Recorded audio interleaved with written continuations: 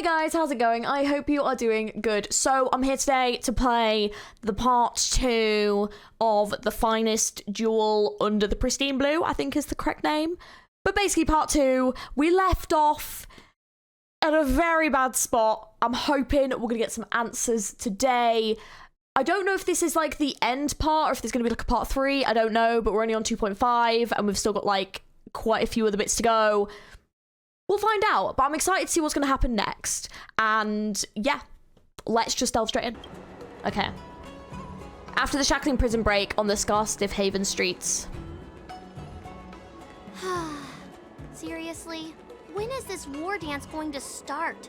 The Sky Splitter has been hovering there for ages. When can we board and see what's inside? I've been wondering the exact same thing. Kind of. Is Completely this forgot how about it. long life species live? Everything proceeds so slowly. The effectiveness of anticipation in my emotional center is at an all-time high. Oh, I need to drink some coolant. Relax. The Realm Keeping Commission will send boarding notices to all ticket holders. The Gazette said the Sky Splitter will fire a salute before the ceremony starts. I saw the schedule for the first day of the tournament. Can you believe the Ringmaster accepted 4 challenges? And he's just a kid. So, who are you betting on, Bardo? I love a young chick just behind. He's like, that is literally the face he just pulled. He's like, excuse me? You talking about me? I'm betting on neither. I lost all my credits betting on Roboball games in Taikian. This time, I've decided not to rely on probability games to accomplish my target of getting rich. War dance.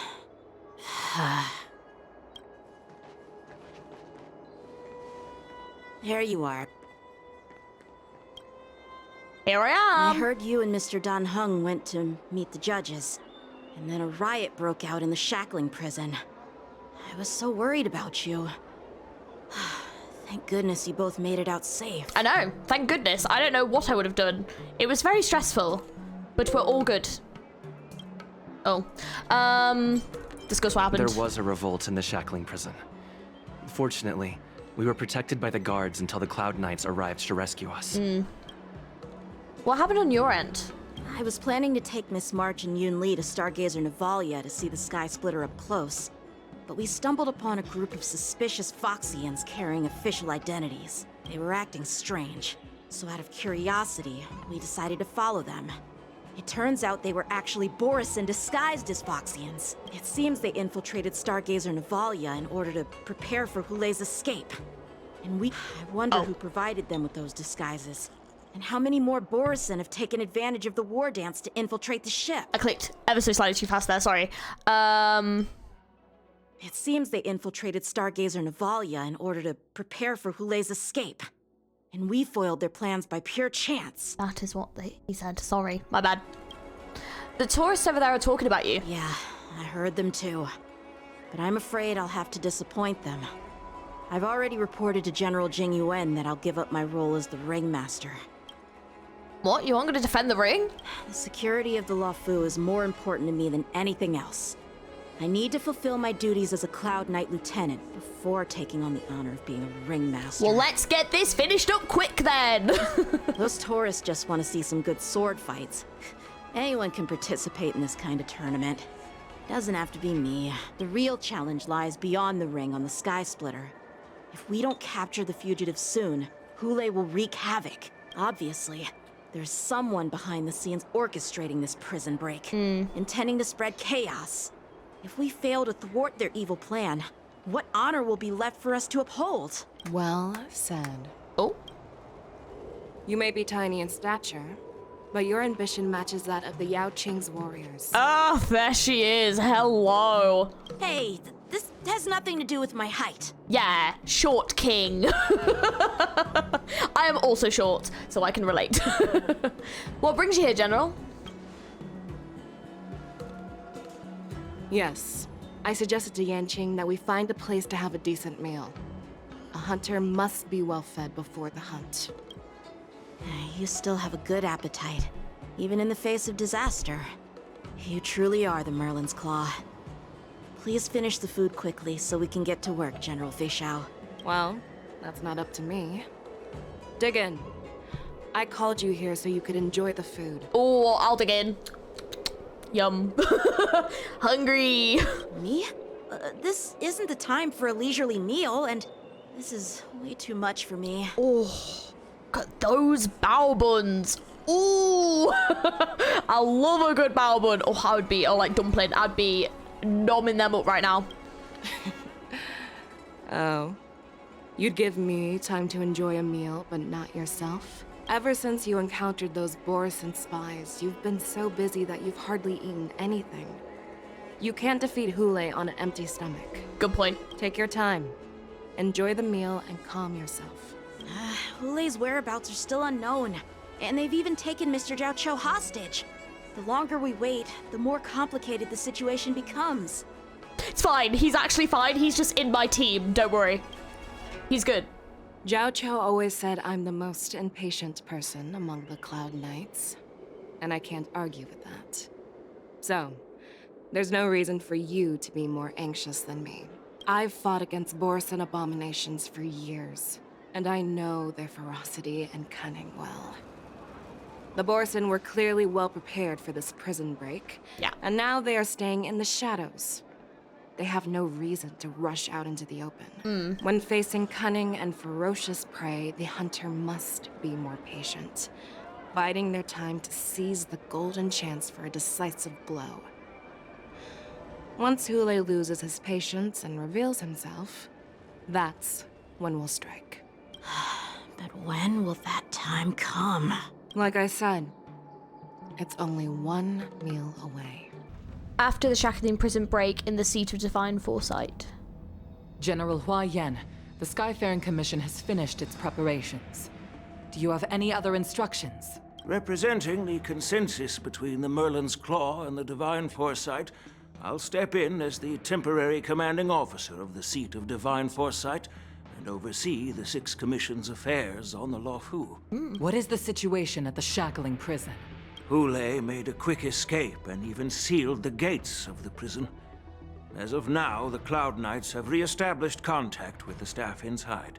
The good news is the 2 Nameless who were trapped in the shackling prison are safe and sound. I know I shouldn't use the word great given the current situation, but I'm relieved that he and Don Hung are safe. We've lost contact with one of the messengers from the Xianzhou Yaoqing. The Borisin have likely taken him hostage. Don't worry, Yuko. Feixiao is leading the wolf hunt operation, and you know how capable she is. I have no doubt about General Feixiao's capabilities, General Hua Yan. I'm more concerned about the wardens. According to the plan, the ceremony will begin in 6 hours. Oh. The Sky Splitter will be activated, and all visitors will board the ship to watch the contest. I wonder if the Borisin will also get on the ship. But now, with Hule's whereabouts unknown, everything is filled with uncertainty. I don't know whether or not the best thing for it would be for it to still go ahead, because then they could use it as like a trap. But then also you're putting a load of civilians in danger. Should the war dance really be held as scheduled? March is right, Grandpa. I heard the escaped prisoner from the shackling prison is beyond formidable. In case anything goes wrong. So, Yunli, what do you think we should do? Well, I believe we should declare martial law and allocate manpower to search for the escaped prisoners. And as for the war dance, it's better to announce an indefinite delay for now. Your plan sounds solid, but unfortunately solid plans rarely get a chance to be implemented. I believe there are at least 2 parties who won't accept your approach. Which 2 parties? The first are the many travelers who have come all the way here for the war dance. If we declare martial law now, it's like declaring that the Luofu isn't safe. But the Luofu isn't How safe. do you think the So outsiders would like... react? They'd be terrified, and chaos might ensue. That's true, and then they might try and leave. But also because the Borisin can disguise themselves as humans, then, like, people might leave that are then, like, yeah, so it wouldn't be good. The second party is the staff of the Xianzhou Luofu's 6 commissions. They've invested a lot of resources and manpower into organizing the war dance. Suddenly suspending it indefinitely would create numerous challenges for them. But of course, not everyone disagrees with your idea. Really? The mastermind behind this incident would fully support your opinion, presumably. Oh my god. Ule's escape and your discovery of Borisin's spies at Stargazer Navalia. Even a child could guess that these events were orchestrated. The fugitive is just one piece in the game. The one controlling the pieces wants to spread chaos and suspicion among the people on the Luofu. If we declare martial law and postpone the war dance, we'll fall into their trap and instill fear in people even before Hule actually does anything. So what do we do? We'll search for the prisoners while maintaining order on the Luofu, acting as if nothing has happened. Yeah, that's what I presumed was probably going to happen. As if nothing has happened. Yan Qing said he'd assist the generals, and now he's nowhere to be found. With the host ringmaster gone, how are we supposed to act like nothing has happened? That's why I called the two of you here. Are you suggesting that I take Yang Qing's place as ringmaster? Are you suggesting that Yun Li takes Yang Qing's place as ringmaster? Master Yun Li, is General Huaiyan asking you to be the ringmaster instead of Yan Qing? No, that's not the case. Oh? General Huaiyan, are you asking me to take Yan Qing's place as the ringmaster? You caught on quickly, Miss March. Oh. That's exactly what I mean. Why would March take the place when Yun Li stood right next to her? Why would March do it? But Miss March is a guest invited by General Jing Yeah. Yuan, Grandpa. How can an outsider represent the Luofu in the ring? It will make the Xianzhou Luofu a laughingstock. Dear child, the nameless of the Astral Express are renowned throughout the cosmos. It's an honor to have them participate in the ceremony. Plus, Miss March is a disciple of the little Cloud Knight Lieutenant. How can she be regarded as an outsider? We can't afford to have any problems during the war dance. I'm entrusting you not only with the honor of the ring, but also with the security of the Sky Splitter. Well, this should be interesting. Yukong, please explain to them the rest of the arrangements.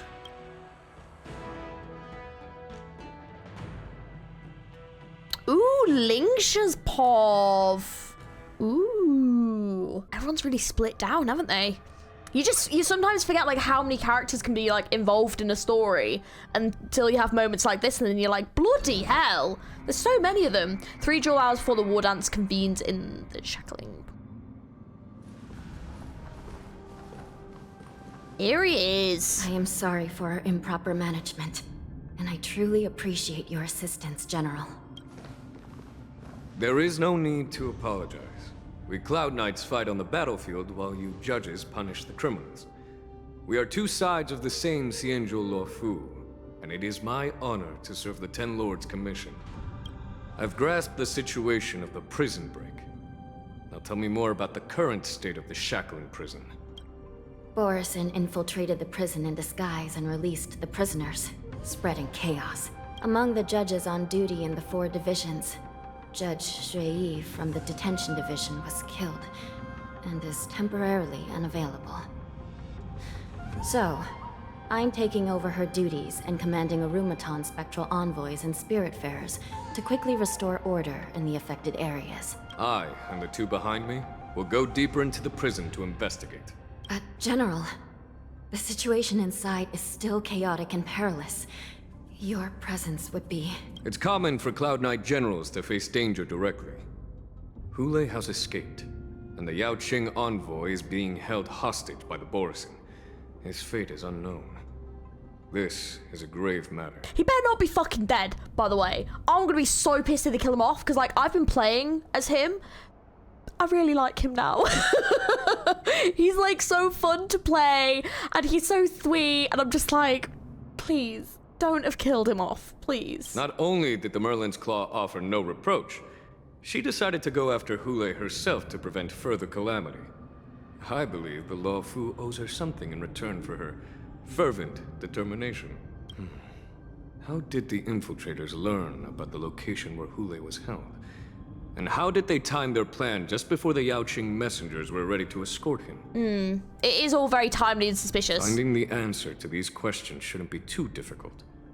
What truly matters is if we can gather the clues that lead us to the mastermind behind all of this. I understand, but I'm afraid it won't be an easy task. For a long time, this hidden force has been pursuing their own goals and undermining the security of the Law Fu. Backing down now will only encourage them to further endanger the peace here. The Ten Lords Commission will support your decision with everything we have, General. Dan Heng and Ling Sha, I'll need both of you to accompany me on this challenging journey. Well, it's part of my responsibilities as the Cauldron Master. So, where would you like to start, General? Let's start with those Borisin disguised as Foxians. My people have already prepared the evidence. Ooh. Okay, fun. Wait, who's my team? Lieutenant Yanqing's report. He stumbled upon a few suspicious Foxians at Stargazer Navalia. After following them, he discovered that they were actually Borisin in disguise. This is one of the bodies. Looking at him now, it's hard to imagine how he transformed into a Foxian. My alchemists detected some complex ingredients in his remains, which might explain how these Borisin were able to disguise themselves as Foxians. Simply put, Foxians and Borisin share a common ancestry. Although they look completely different now, there isn't much genetic difference between them. This medicine allows Borisin to temporarily change their shape into that of Foxians. So, in other words, if they stop taking the medicine, their true form will soon be revealed? Borisin have fast metabolism, so the effects of the medicine don't last long. An infiltration technique with the general is familiar with. Ooh. The effects of medicine don't last long. Indeed. This means that these Borisin have a steady supply of the medicine within the Law Fu. The disciples of Sanctus Medicus. Looks like the Alchemy Commission is involved once again. She's got the worst job, honestly. Trying to figure out who is, like, doing this in the Alchemy Commission is a bloody nightmare. When I was sorting through the prescriptions they use, I came across one called Semblance Reversion Essence. It's designed to help those disciples suppress signs of their Mara-struck forms and maintain their normal appearance. When I compared it to the medicine found in the Borisin's body... They're one and the same, aren't they? Oh, bloody hell. The medicinal properties and ingredients may differ, but the principle remains the same. Since ancient times, the Borisin have always sought to have more powerful bodies, regarding the Foxians as weaklings. Yet, in order to save their warhead, they were willing to disguise themselves as Foxians. Their determination is quite remarkable. If these infiltrators rely on the medicine to maintain their disguise, then following this lead in our investigation seems prudent. Please follow me. Here we are. According to the judge, this area is not yet under control, so we should proceed cautiously. I've captured the nature of the medicine in my sensor. By following the medicinal fumes, we should be able to retrace the steps of the disguised Borisin. I'm honored by since you're already here. Why not have a meal before you leave? Nice like a good brew. Full-bodied and sweet, my friends. Indulge yourselves! It ain't over. I weep for the departed. It too shall fall. Immerse yourself in it.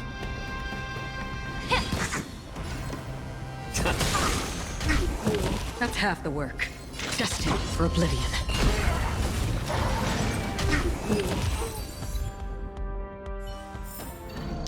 I am not from a It's military a pretty nice squad. Nor Everything in this world is merely fleeting. Oh, wow. Ooh, that was pretty. The little bunny. The little bunny as well. I am so not from cute. a military. A prison guard is collapsed on the ground, her body twisted unnaturally. Examine the remains of the warden. Incredible strength. The attacker shattered this warden's bones with a single blow.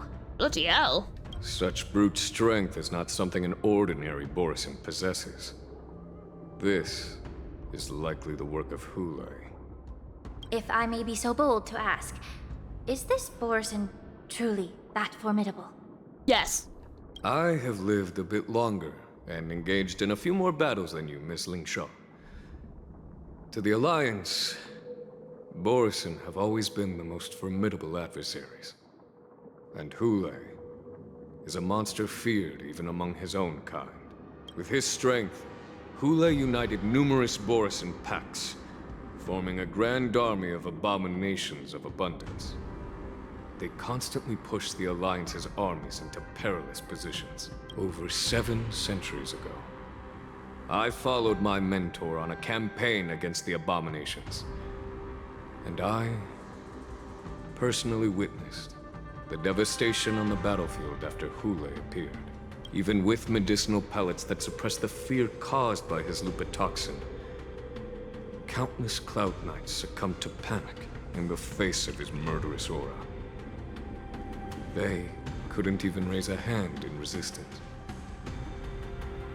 If the former sword champion hadn't immobilized Hule with her frost blade, the outcome of that fateful battle could have been very different. By the end of the battle, only a few of us remained. The crimson moon cast the sheen of blood on all. Everything I saw was painted dark red. If that's the case, why wasn't the beast executed instead of being imprisoned?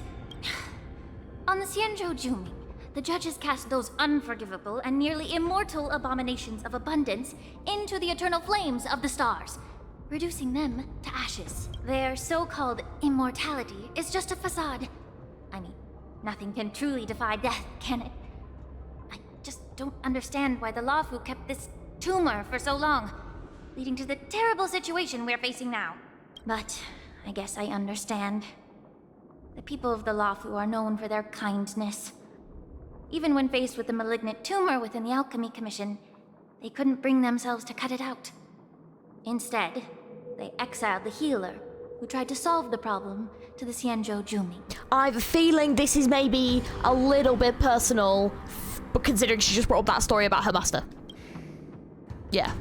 I understand if you hold grudges against me, Miss Lingshaw.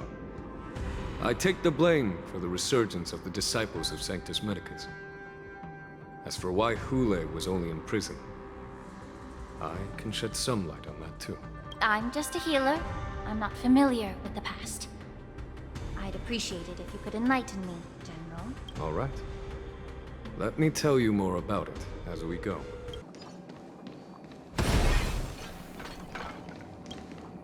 Did this Cloud Knight also take the medicine?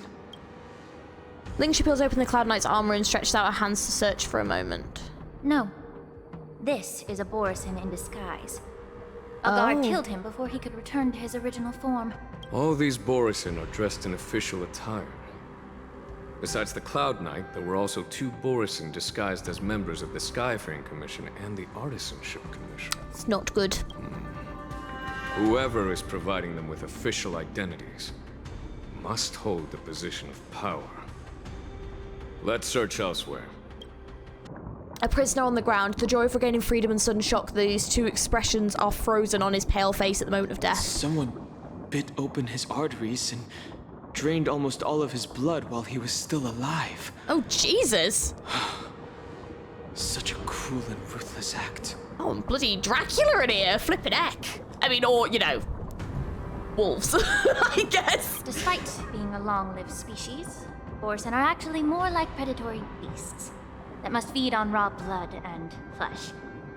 I've heard that Hule was deprived of food and water in the shackling prison. It's hard to imagine how he managed to suppress his hunger for over 7 centuries. will the hostage from the Yaoqing be able to avoid being his meal? Such is the terrible nature of the abominations of abundance. We subjected him to the Forest of Swords to drain his life force. But in the end, his punishment turned into a test of our patience. Just like you said, Miss Lingshaw. Casting a creature that can't be killed into a star would be a way to permanently get rid of it. But unfortunately... The Feixians didn't agree to that. Exactly. The atrocities committed by Hule went beyond mere massacres. Throughout numerous wars, we made every effort to eradicate the Borisin. But Hule, with his mysterious sorcery, turned countless Feixians into his pawns. And so the Borisin kept returning. The Feixians curse his name day and night, and they even use it to scare children into staying quiet. How could they grant a swift death to such a great sinner? Yeah, but then things like this happen, and it all comes around to bite you on the arse, and that's the problem. I wonder if you know why Hule wasn't taken into custody by the Feixian majority Xianzhou Yaoqing, but instead imprisoned in the Xianzhou Luofu, Miss Lingshaw. I was wondering about that, but they were there to request the transfer, weren't they? So he was actually getting moved. As you mentioned, your mentor was an exceptional warrior and was the one who defeated Hule, an extraordinary achievement. Therefore, the Marshal placed this feral beast under the jurisdiction of the Xianzhou Luofu as an honor, I assume? It seems you have a major misunderstanding about this arrangement, Miss Lingshaw. Allow me to explain it to you. The wolf-shaped mech disintegrates into a pile of metal. Yan Qing told me that an IPC ship was attacked by Borisin. Is this what they were transporting on the ship? But that's the weird thing. Why were the IPC transporting this in the first place? That's a huge question I want answering. A biomimetic weapon that will auto-restart even after being turned off. The Intelligentsia Guild's research on the traits of longevity. Yes. The Artisanship Commission and Alchemy Commission conducted a joint examination and found that the parts of this machine are made from specially refined Borisin biotissue. I heard the Intelligentsia Guild has been researching the biological properties of long-life species, hoping to make medical or combat-related discoveries. However, they haven't dared to cross any lines due to their so-called relationship with the Alliance. Perhaps to those scholars, Borisin are no different from lab animals. Maybe the Borisin attacked that ship to retaliate against the Intelligentsia Guild for experimenting on them? No. If it were only about revenge, they could just wreck the ship and destroy all the cargo, instead of allowing it to end up in the shackling prison. It was a deliberate display to showcase the dangerous nature of the cargo in broad daylight. This way, the cargo would end up in the shackling prison, serving as a tool for the prison break. This skill in exploiting the blind spots of others' mindsets is so atypical of them. I'm afraid the IPC and the Intelligentsia Guild unknowingly became their accomplices. Something seems to be hiding in the pile of metal on the ground, ready to move. Watch out! This thing is still alive! Oh, okay. Well, let's... Even after suffering such severe attacks? Ow! Their imitation of long-life species has crossed the line. Why not have a meal before you leave? The truth burns everything in this world. It's bleeding. Nice like a good brew, my friends. Indulge yourselves! Thank you for your generosity. Time to cleanse the filth. A little more shit. I weep for the departed. It too shall fall.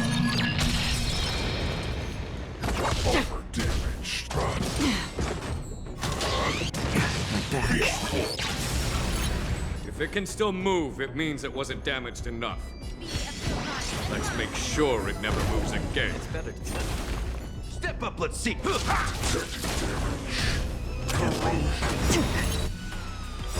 I'm honored, but since you're already here, why not have a meal before you leave?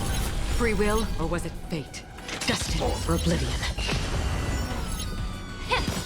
How about letting the enemy truth strike burns first? everything in this world.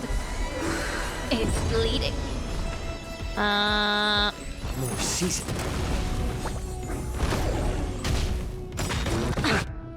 Confidence. I weep for the departed.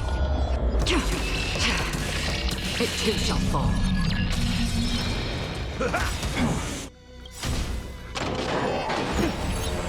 Nice, like my friends. Indulge yourselves! Yeah. It's better to make On the still waters of oblivion. The giant machine goes silent again. Like a wounded beast drained of blood, it can no longer move. You haven't answered my question about why Hule was imprisoned in the Lafu instead of the Yaoqing, General. You've been reserved in your response. Could it be that such an arrangement wasn't an honor? The reason why the Marshal didn't leave Hule on the Yaoqing lies in the very mech in front of us. Are you suggesting that there are people trying to understand Hule's secrets and use them for their own purposes? Just like with this mech? Well, I understand. I've heard that the Foxians on the Yaoqing share a bloodline with the Borison. And just like the Borison, some of the Foxians there experience an uncontrollable insanity called moon rage. The Marshal believed that this would be inhumane and no different from what the Borison did. So... Exactly. While Borison see moon rage as a blessing that unlocks their true potential, Foxians see it as an inevitable curse within their bloodline. Right. Countless healers of the Yaoqing have attempted to unravel this mystery, but to no avail. Why can Borison control the power of moon rage? Can we Foxians break free from this curse? These questions were asked frequently. Each questioner had good intentions. But the road to catastrophe is paved with good intentions. To the Foxians of the Yaoqing, Hule was not only the warhead of the Borison, but also a monster that could be the subject of much research. Hule thus became a poison that corrupted people's minds without their knowing. that's why the Marshal decided to imprison Hule and the Lafu. It wasn't an honor, but rather a warning. Right, but what's changed is the question. Because such selfish pursuits in the name of good intentions once led to a tragedy on the Lafu that served as a warning to future generations. This edition of Imbibitor Lune. By imprisoning Hule and the Xianzhou Lafu, the Marshal both suppressed the dangerous intentions of the Yaoqing Foxians and warned the Xianzhou Lafu to refrain from repeating its mistake. That was a necessary trade-off. The Xianzhou Alliance is not solely about the Xianzhou natives. Only when all three races, Foxian, Videodora, and Xianzhou natives, form an alliance, will there be a promising future for all. Thank you for enlightening me. Was it for the same reason that you traded off my mentor to the Xianzhou Zhuming, only to stand idle and allow the resurgence of the disciples of Sanctus Medicus? You said that I couldn't bear to cut out the malignant tumor within the Alchemy Commission, but instead exiled the healer who tried to solve the problem to the Xianzhou Zhuming. But did your mentor tell you her good intentions led her to perform certain healing arts on Dun Hung, who had just finished his hatching rebirth, so that he would regain the memories of his past life? Ooh. What did you just say? Oh shit. Oh, okay. Her mentor isn't super innocent in this. She believed that restoring the High Elder's knowledge of his past life would allow the Videodora to resume their duty as the guardians of the Ambrosial Arbor, quelling the strife within their clan and bringing everything back on the right path. But just as I mentioned earlier, the road to catastrophe is always paved with good intentions. Yeah. Since then, the 6 charioteers decided that the Alchemy Commission would no longer have a Cauldron Master. Until your arrival now. If that's the case, I should thank you for protecting my mentor by exiling her, General. Quite the contrary. I should be the one thanking you. Thanking me? All I ever want is to have a clear conscience. However, can long-life species truly achieve that goal in their long, drawn lives? For example, you were implicated along with your mentor, and forced to leave your homeland without knowing the truth. And now, with the complicated situation in the Alchemy Commission, the Alliance has spared me a lot of trouble by sending you to handle this challenging task. Shouldn't I be thanking you instead? Your eloquence is indeed impressive, the divine foresight. You won't even leave me any excuses to hold a grudge against you. But let me make it clear. The Alliance sent me here to handle the business impartially, not to choose sides. It doesn't matter which side you choose, Miss Lingshaw. At the end of the day, both you and I stand on the side of the Alliance, don't we? Let's keep going. I think they had a bit of an opportunity there to maybe make a bit of a revenge storyline in regards to Lingsha, and I know she's now working like for the Alliance stuff, but I think it would have been quite interesting if like her master had like died or something like that, and she was blaming Jingyuan this whole time and had basically come back to get revenge, and then in like a big moment it then gets revealed. I think that would have maybe been a little bit more interesting instead of kind of just like almost dismissing what happened very quickly. Also, like, he could be lying. Like, she's kind of just instantly believed him there. Yeah, it would have been kind of interesting if, like, they had developed that a little bit differently, I guess. A mess of bodies, a fierce battle would have been fought here. Examine the Mara-struck remains. These Mara-struck soldiers don't appear to be escaped prisoners. How can you tell? These soldiers are fully armed. Obviously, they didn't hastily join the battle. The messenger named Moza did say that there were two groups of attackers. The other attackers, aside from the Borison, could hide their tracks. I believe he was referring to these people. Hide their tracks? Exactly. I've engaged with these attackers before, and they used Cloud Hymn magic to hide their presence. Without careful observation, no one can detect them. You once warned me to be cautious of the Vidyadhara Elder's influence within the Alchemy Commission. Could it be? What's on your mind, Miss Lingshaw?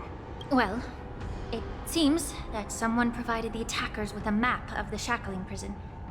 And considering the Vidyadhara's involvement in the prison's construction, it raises suspicion about their role in this. Additionally, the fact that the Borison need medicine to disguise themselves would suggest that there are still moles within the Alchemy Commission assisting them covertly. Moreover, forging official identities for the undercover Borison would require someone with significant authority. And the presence of assassins capable of using Cloud Hymn magic deepens my suspicion about the Preceptors. But why would the Vidyadhara collude with the Borison and aid in Hulei's escape? They aim to spread chaos. They believe that only in chaos can they regain their former power and influence. Since this edition of Imbibe de Lune, the once proud dragon race has been powerless, watching their influence wane. Being a native of the Luofu, Miss Lingsha, I believe you understand the implications. However, I don't think the Preceptors are the true masterminds. If I'm not mistaken, the one behind all this treachery is the Lord Ravager, who exploited the weaknesses within the Luofu and instigated the disciples of Sanctus Medicus, ultimately leading to the Ambrosial Arbor's resurrection. Fentilia. Please remember, General, that everything I've mentioned is mere speculation. We need concrete evidence for a public trial. If you want to interrogate someone within the Vidyadhara's ranks, you'll need irrefutable proof. So, what's your plan, Miss Lingshaw? I'll send an invitation to the Preceptors. An invitation? The Preceptors have been inviting me for a personal meeting since my arrival on the Luofu. Now, I'll send them the remains of these Mara-struck soldiers and the route map I found in the prisoner's possession. Then, I'll ask them to meet me at Scale Gorge Waterscape. I'd like to hear their explanations. Good idea. If I were to take action, it might alert the true mastermind. I trust you to handle this matter, Miss Ling Shaw. The internal affairs of the Vidyadhara should remain under their jurisdiction. And don't worry if things don't go smoothly. Once the wolf hunt operation is over, the hidden truths will come to light. Speaking of the wolf hunt operation, I'm truly worried about the Yaoqing messenger who was taken hostage. Hulei was starving in the shackling prison for centuries. I don't know if the messenger can survive in that wolf's clutches. May Rainbow's blessing keep him safe. No, he is safe because he's on my team and he's fine. Ooh, yay! Fall into the hands of the Borisin, Jiaoqui is trying to find a chance to survive, but it's not his own chance that he seeks. Oh. Yeah, because he's looking for a cure for feixiao, isn't he? So, I wonder if he's going to get any closer to finding one. I am quite worried about him, not gonna lie. 2 dual hours before the war dance convenes. Oh, they're in the Exalting Sanctum. As I said, I'm a healer. But my art of healing requires the culinary arts to be truly effective. The magic of my cauldron is its ability to make all kinds of medicines into dishes that patients can eat. When simmered and cooked together, any kind of medicinal herb or ingredient becomes a delightful delicacy. Delicacy? But isn't that just one flavor overpowering the others? Well, you have a point. Let me ask you this. If there's a fussy child who refuses to eat green peppers, what's the best way to make him eat them? Stuff the kid's mouth with the green peppers and cook him alive in a pot. Well, as effective as that is... I don't think he's joking. You have quite the sense of humor. I don't think he's kidding. I've heard that you, Borisin, have lost many of your taste buds during the self-modification process. So you can't experience complex flavors. Only the saltiness of blood and flesh truly awakens your appetite. It's a shame I don't have any green peppers right now. Otherwise, I'd happily stuff them into your mouth and cook you alive in a pot. All right, Mock Talk, calm down. I'm just kidding. The answer is quite simple. Chop up the peppers and mix them with minced meat to make meatballs.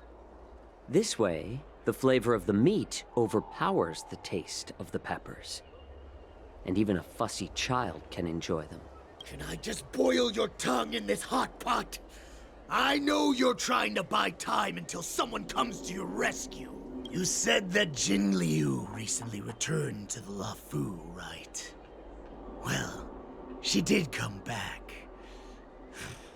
But, unfortunately, I also found out that she committed serious crimes and was escorted to another Xianzhou ship. Oh, she was?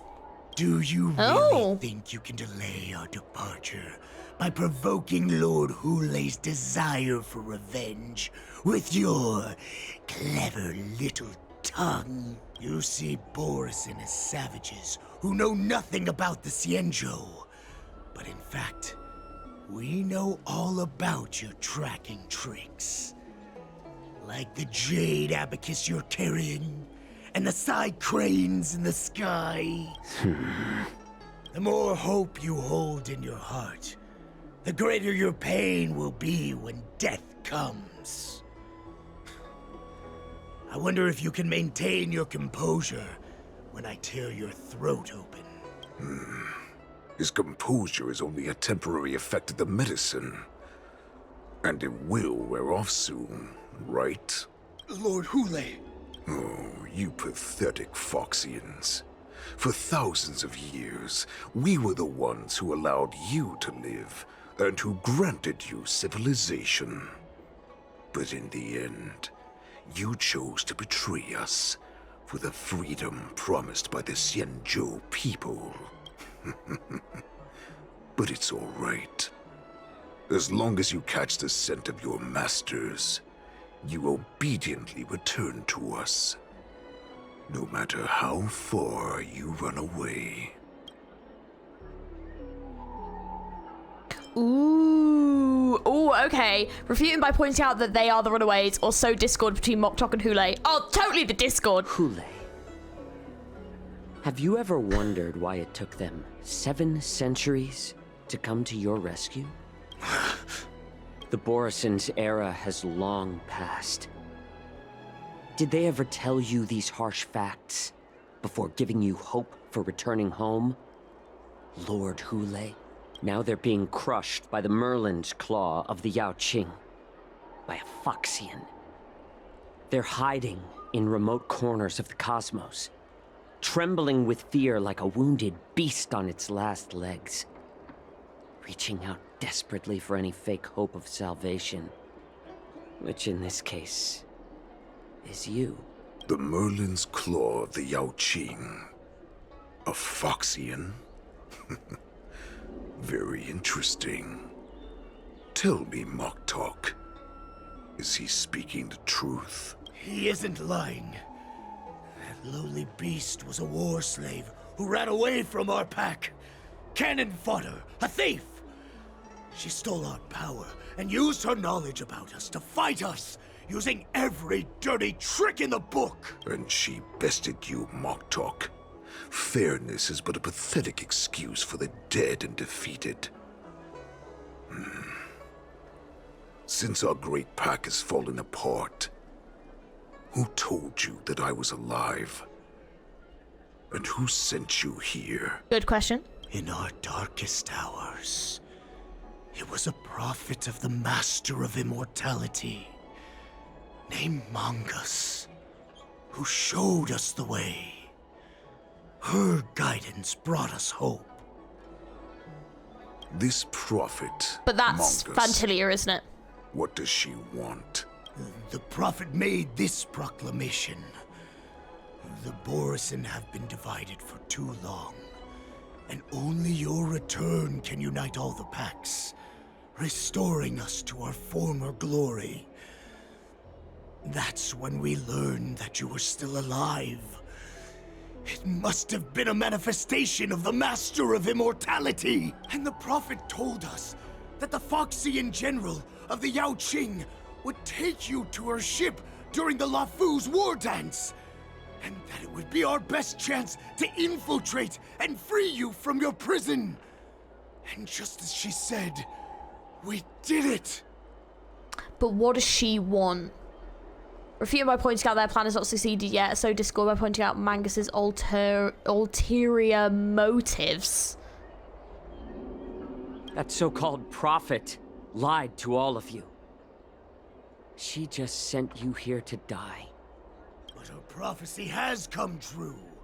Our warhead is right here, with us! Once the news about the prison break spreads, the Cloud Knights will close all the ports. You may think you've escaped the prison, but you're just trapped in another cage, known as the Lafu. Let me kill this unruly, lowly beast, Lord Hule! I assure you that our star skiffs will soon arrive.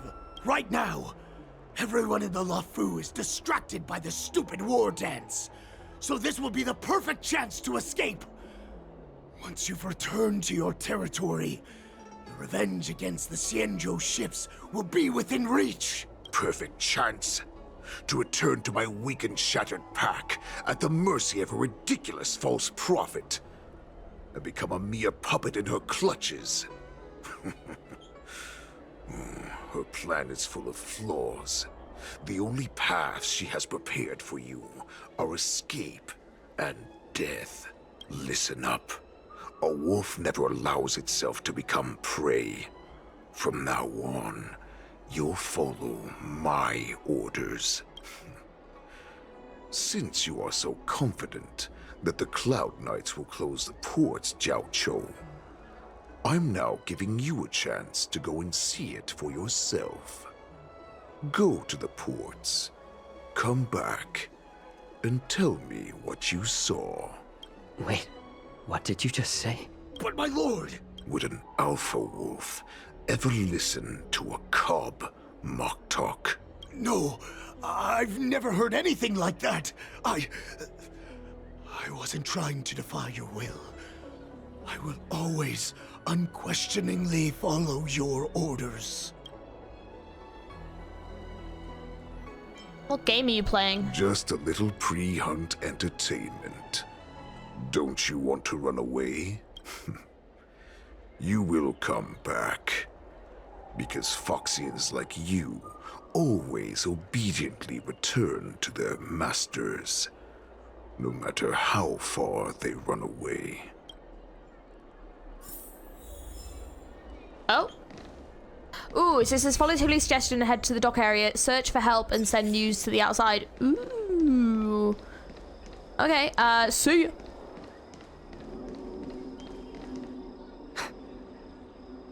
I can't believe he actually let me go.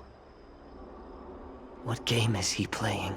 Perhaps I can try to warn the Cloud Knights. No. Perhaps I can just escape.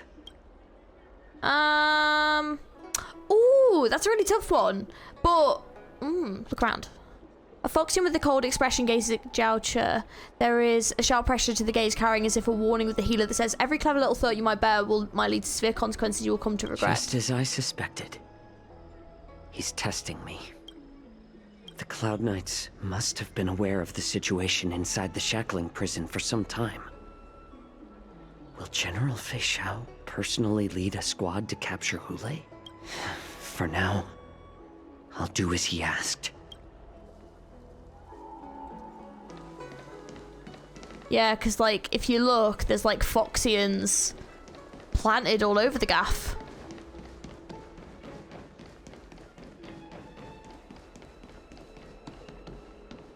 Yeah, they're, like, watching.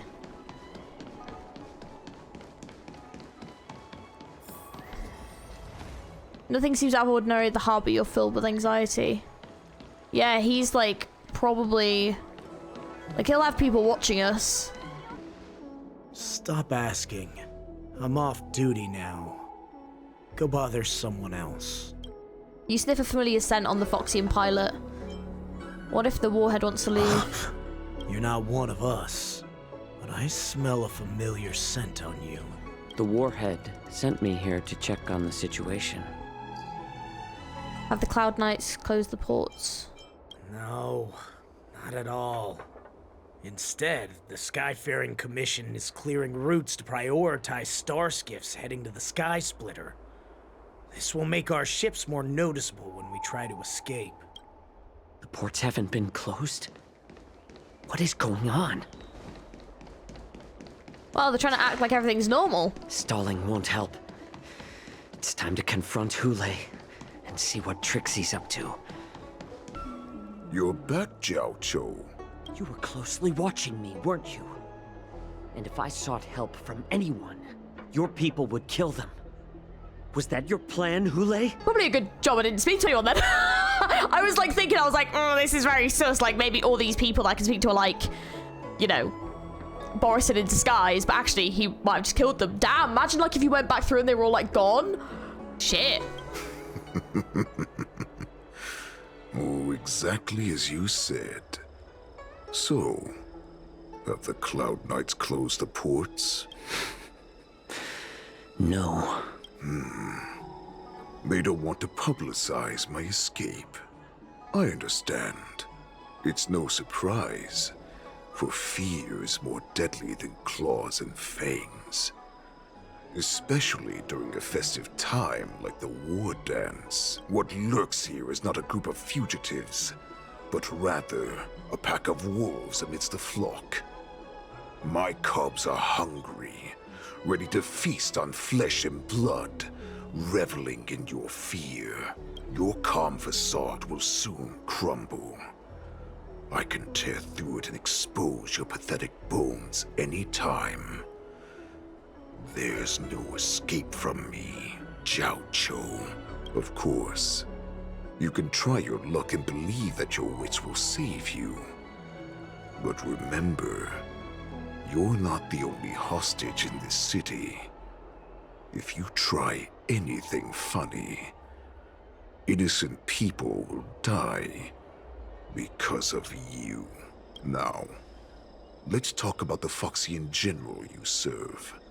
Moktok says she's here for me, which means she'll be hunting me herself. Before the hunt begins, I need to know my opponent. You can refuse and play tough, or you can cooperate and save us both some time, healer. Show weakness, making him believe you surrendered. Refuse, letting him know you won't talk. Oh shit. Nah, I'm gonna refuse. Torment stretched that finger and touched your shoulder blade with movement so fast it's not visible.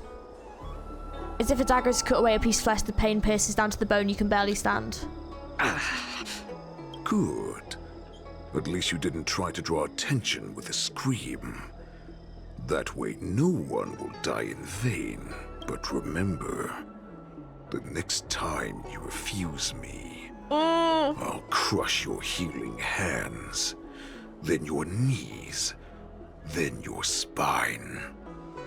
I'll dismantle you piece by piece, until only your silver tongue remains for you to speak. Fine. I'll tell you what you want to know about her. But I expect something in return. What makes you think you're still in a position to negotiate with me? You can torture me until I talk. Or let's save us both some time. Warhead. Here's the question that's been bothering me. How have you managed to survive and endure centuries of torture? Borison aren't supposed to live that long, or possess such regenerative abilities. So, is that why the Shenjiao Yaoqing wanted to take me away? Oh, to some, I'm a hostage, but to others, I hold the secrets they desire. I still remember, in the early years of my captivity, the Feixians came and went. They extracted my blood and marrow, trying to unravel the mystery of moon rage. They wanted to conquer their fear of the Borison and free themselves from their bloodline. Unfortunately, they failed to uncover the secret. So, they resorted to the most brutal punishments they could imagine. Some seek power to destroy their enemies, while others seek power to become their enemies. Which one are you, Jiaoqiu? Ah, I see. You're the most pitiful of them all, healer of the Yaoqing. You seek power to share it with others and do good. Well, then let me tell you the answer you seek. In our ancient legends, Duran, the ancestor of the Borison, was dissatisfied with his limited lifespan and power.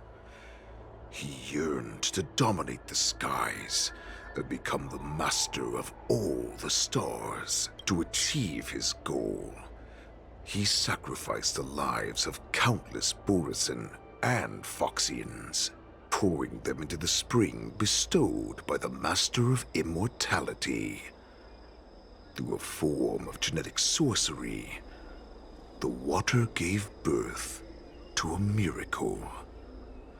The lunar embryo. Duran ascended the birthing bed and obtained what he desired. A heart in the shape of a deep red full moon. He cut open his chest and replaced his original heart with this crimson moon.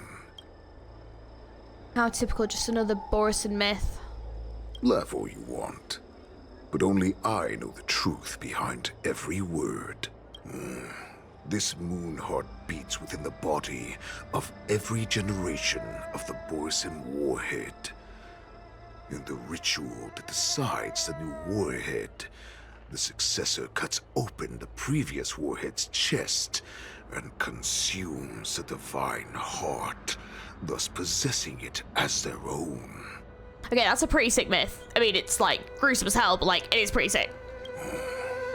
Devouring is the true essence of life, allowing us to endure and thrive.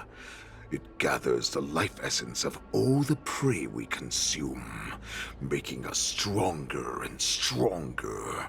I thought all hope was lost after 7 centuries of torment. But now, this heart is beating once again. All right. Now it's your turn to tell me everything about the Merlin's Claw. Jiaoqiu, I found you. Oh, he found him! So he was looking, yes. Mose was a bit callous last episode, so I was like, no, he does care about him. Like, they are friends, or more. My little shipper goggles on. But, oh, yeah, okay. So, he's essentially got a weakness, which is his heart. 2 dual hours for the war dance convenes. I know I'm in no position to question your orders, but if I understand correctly, you already have intelligence about the Borison? That's right. My people are busy collecting clues now. What's the situation, Wadza? General, before we completely lost contact with Jiaoqiu, I picked up a signal from his jade abacus. It won't take long before we locate their whereabouts.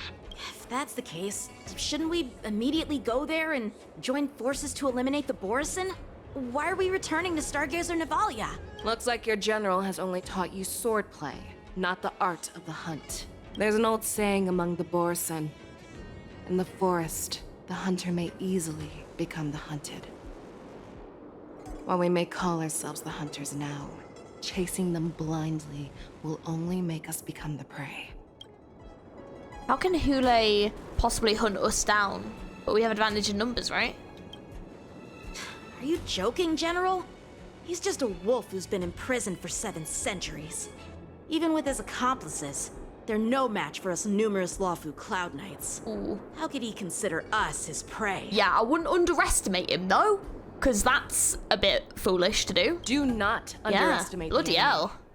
Hule is not an ordinary Borison that can be easily killed.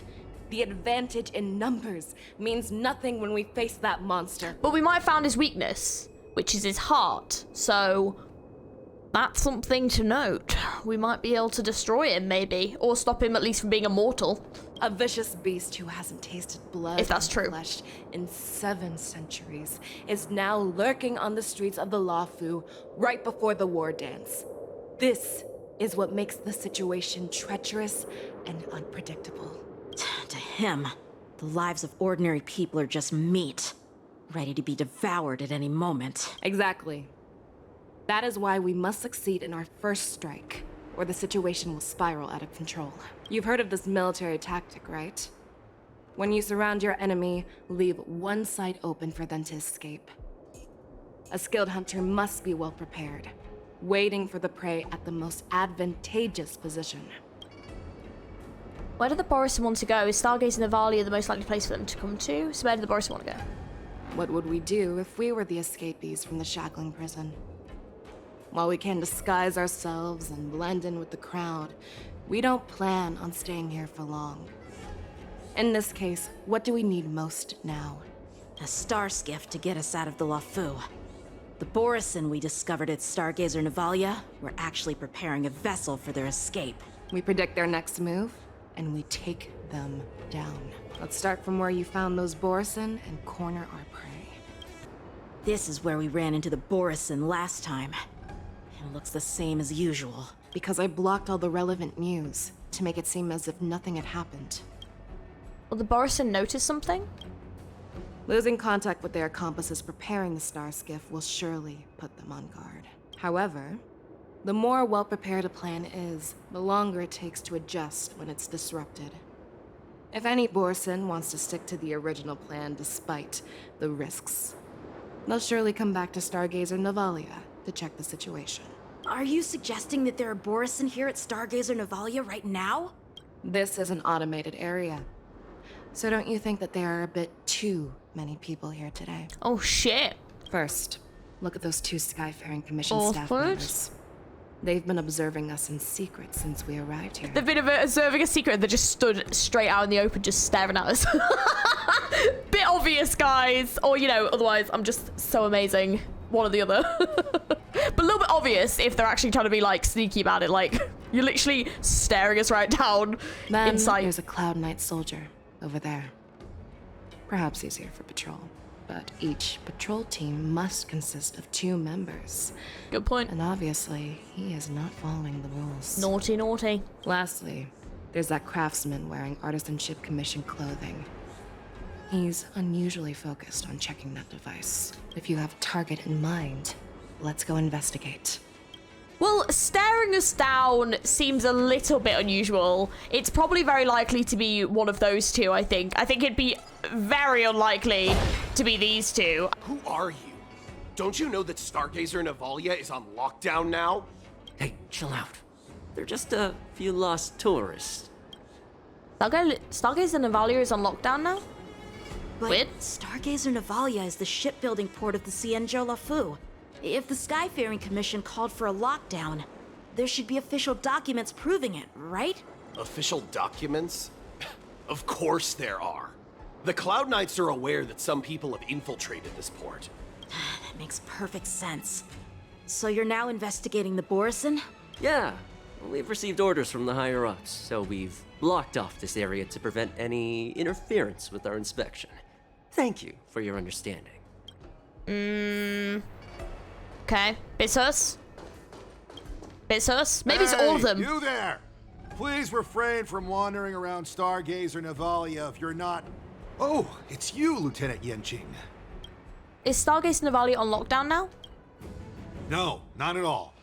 Actually, I'm here to address a peculiar issue. A peculiar issue?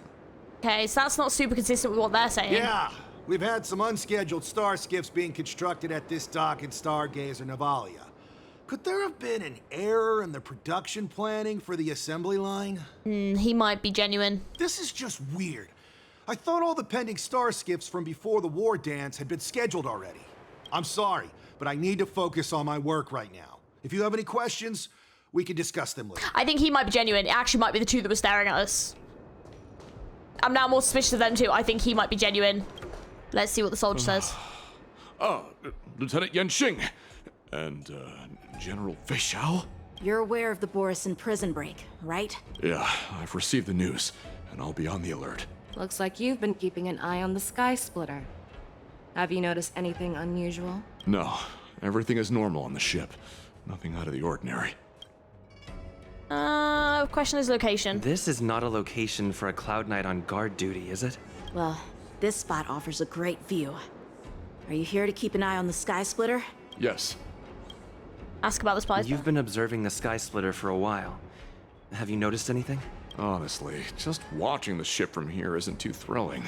I wish I could go on board and witness Lieutenant Yenching's contests. Speaking of which, Lieutenant Yenching, aren't you supposed to be on the Sky Splitter?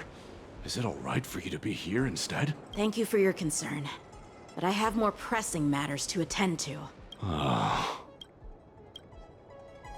So, it seems that some Borison have returned to Stargazer Navalia in disguise. The answer seems quite obvious. Yeah, it's those 2 idiots staring at us. I think it's the staff members from the Skyfaring Commission.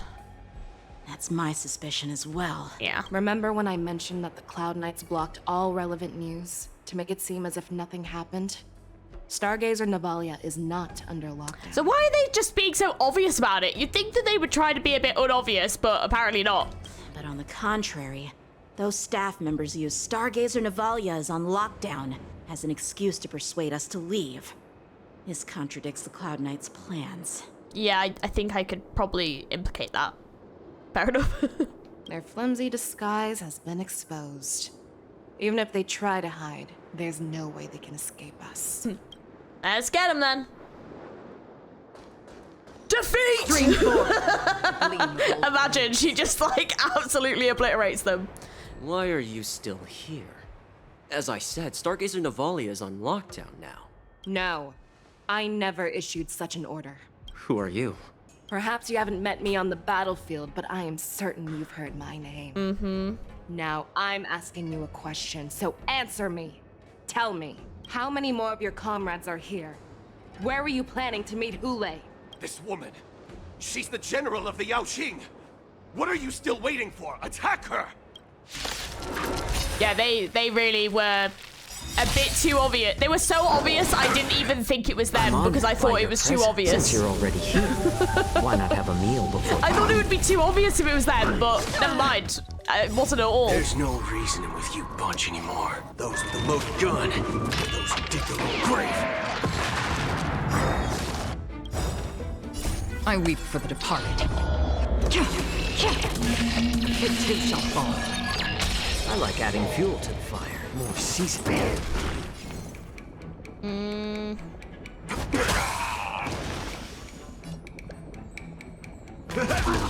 Free will. Run! Tell Lord Boktok about this! Oh! Oh shit.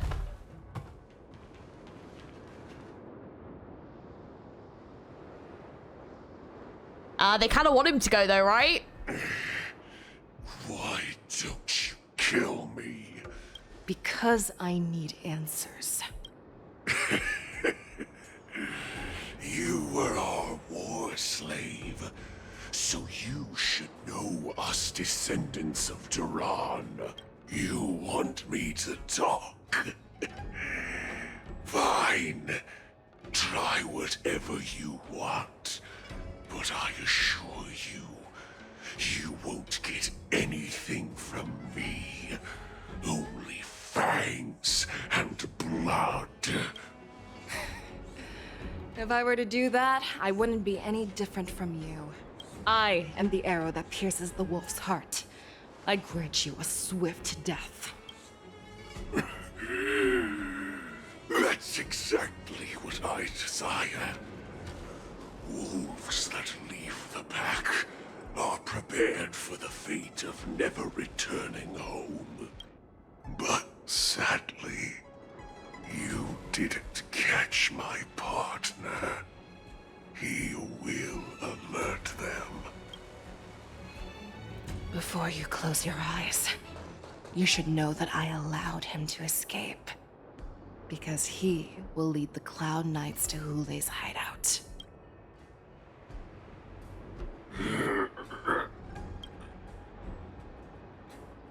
Is this how you leave one side open?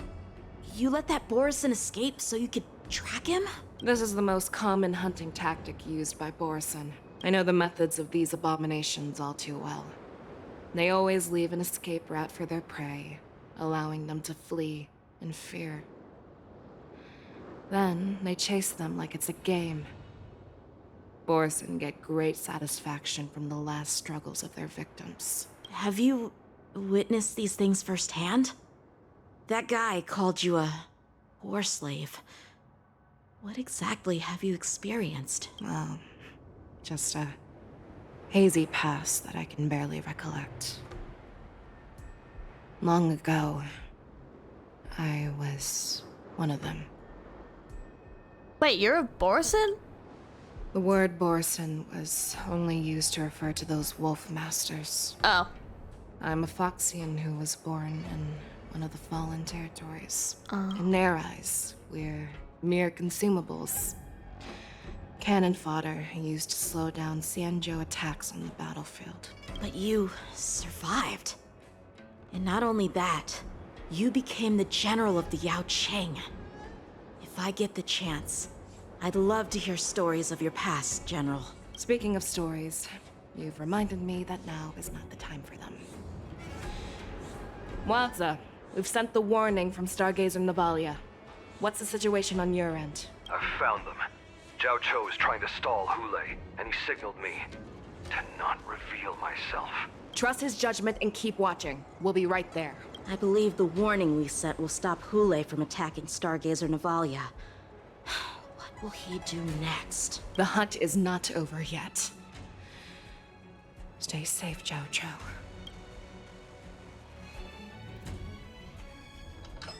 1 duel hour before the war dance convenes. Back in Exalted Sanctum. Save me. I want to live. Doctor. Xiao, find a medical ingenium and give that kid a shot. Hurry! I see. How's the front line? The Borison Beast chips have already landed on the Fenghu.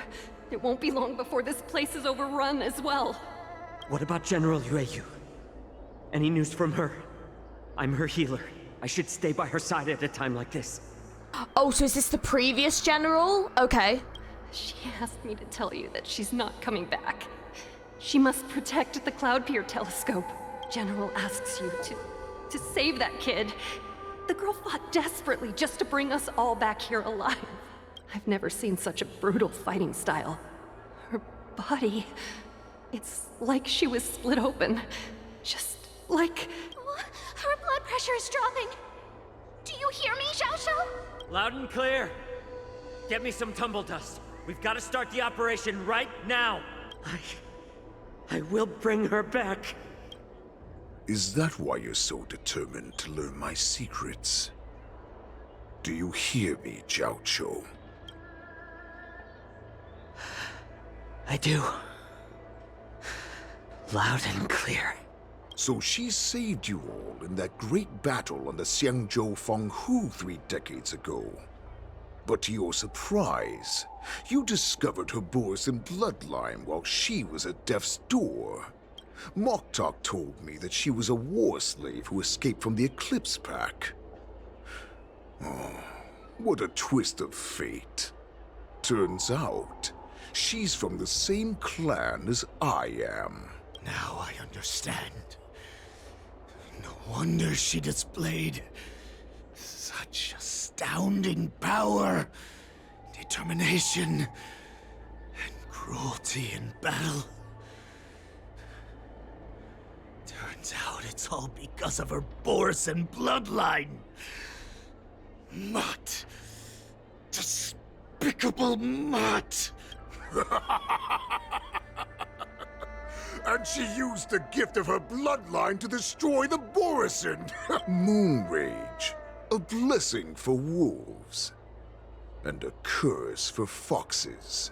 For Borison, to have their bodies torn apart by Moon Rage and transform into a beast, is the ultimate joy. But for you Foxians with poor regenerative abilities, it means certain death.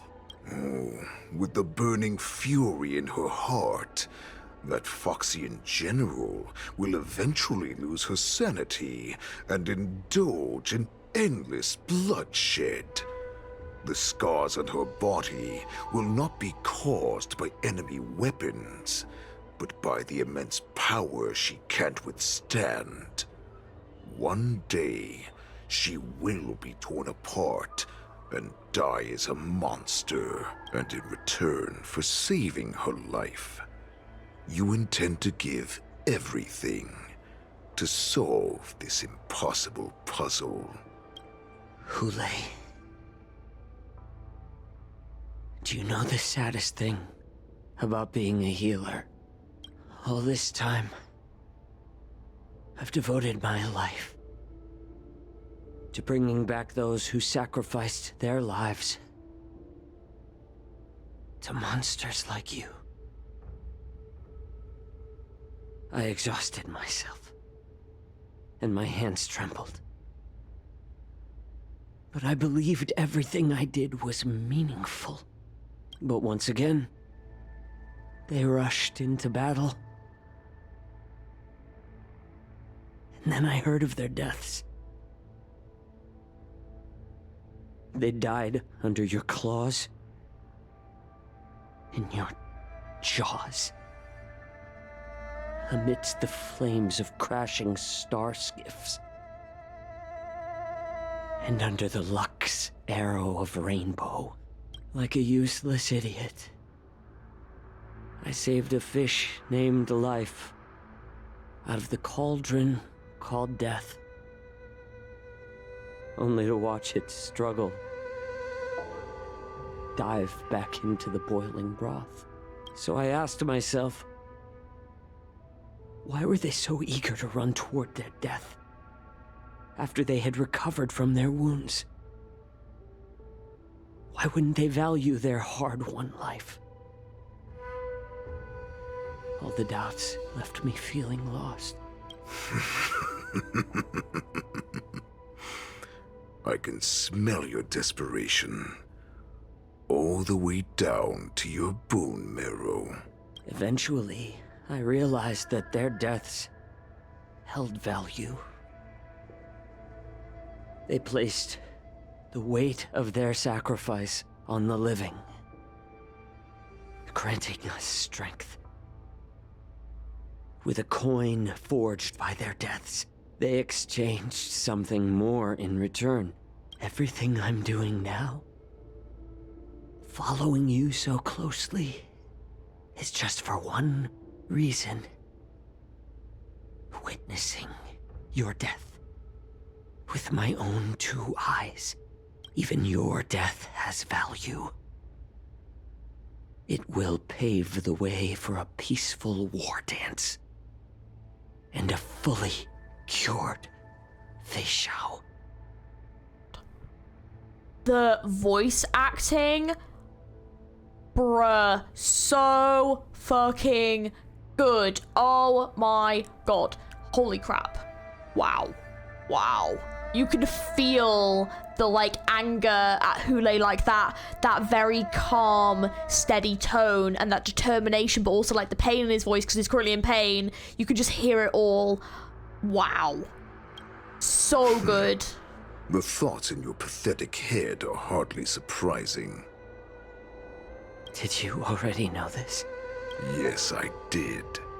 As Borisin, we understand the value of death more than anyone.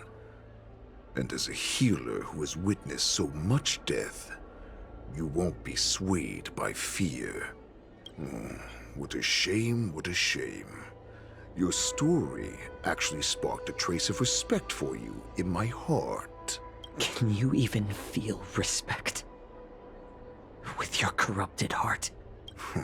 Of course. Because I caught a whiff of my own kind in you. Unfortunately, in the end, you're still just a weak fox, as the wolf's creed goes. Gift the wolf a dead end, where new paths arise. Raise him to a doomed fate, where satiation lies. The cowards in forgotten corners meet their unworthy demise. Yet the valorous in brutal battles embrace their eternal prize. That's why I'm keeping you alive for now.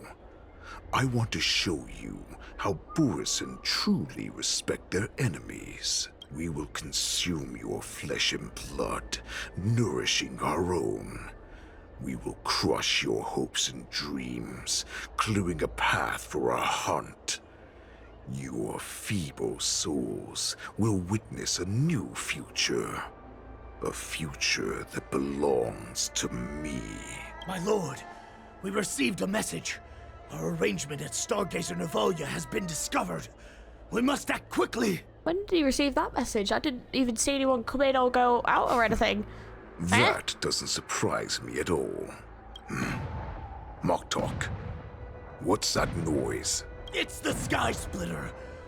The ship that the Wardens will be held on is about to set off. The Skyfaring Commission will clear the air routes. And if our star skiffs try to escape, we'll be spotted. Calm down, Moktok. Look at you now, hiding and fearful. Where is your Borisin dignity? As I said, I'd sacrifice my dignity for your return. As long as you can come back to the Borisin Pax, there's still hope. Hope? The Borisin have forgotten the wolf's creed. Weak creatures put their hope in the strong, but the strong fight their way out. Bringing me back instead of choosing a new master only proves the decline of our pack. And as for the prophet who manipulated you into saving me, She's just a liar, trying to use Duran's offspring. God, this dude is like the most disapproving dad ever. Like, you literally breathe and he's like, why are you breathing? Like, fucking hell. Like, this dude, like, oh my God, he is dad. Like, I know he's like not actually Mok'Tok's dad, but like, you know, I just get this like dad vibe and it's like, oh, fucking hell, all right. Bloody hell. Mok'Tok, let me tell you how the Burisin will rise to power. We won't hide like rats in the streets of the Xiangzhou. We will be ravenous wolves, walking amongst a herd of lambs with our fangs bared. But, Great Warhead, our packs are not here. We can't go to war like this. Oh, okay, we're just gonna go to war, huh? Oh, our packs shit. are not here. Wherever I go, everyone is the pack. Stay away. Just don't come any closer. No! Ooh!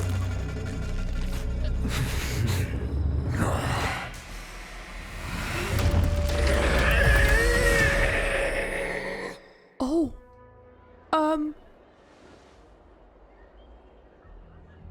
Mok'Tok, we're the apex predators at the top of the hierarchy. As wolves, we create fear. We don't become servants to it. If you're blind to the path, I will be the crimson moon that lights the way for you. Share my crimson blood with our brethren. Use it to infect those Foxians and strike fear into their hearts. Now, you devious monkey, come out and face me. Xiao. Moza. Run. No, he can't run, and neither can you. You've come at the right time, monkey of the Yaoqing. Tell your general, tell her that I will unleash a massacre here, drowning the Xiangzhou Lafu in blood. From this moment on, wolves bearing my blood will hunt on every street, feasting on the followers of that devilish archer. Follow me, my cubs. We shall stride among the prey. Give the wolf a dead end when new paths arise. Raise him to a doomed fate where satiation lies. The cowards in forgotten corners meet their unworthy demise. Yet the valorous in brutal battles embrace their eternal prize.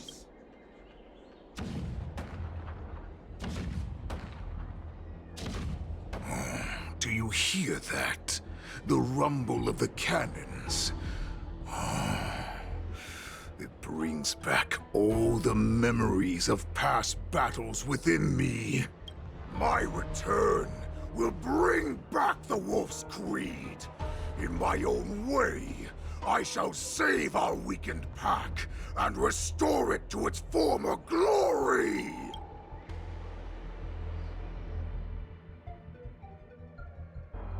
Okay, that doesn't seem. So what? He's like a zombie. He's like the equivalent of like a zombie. Like he bites like Foxians. Is it Foxians specifically? They has to bite and then they become Borisin. I think that's what it is, isn't it? The war dance about to commence. Well, you really would probably be wishing you're on there. Sky Splitter's gun salute is really loud. So this is what the war dance is actually like? I feel like my eardrums are going to burst. Well, how could they expect to attract people to come and watch if they didn't make a huge spectacle? March, you haven't forgotten what you came to do, have you? I'm here to be the ringmaster on behalf of Master Yangqing. As a representative of the Xianzhou Lafu, I will defeat all challengers. Yeah, totally. Spirit, sounds like you're all fired up.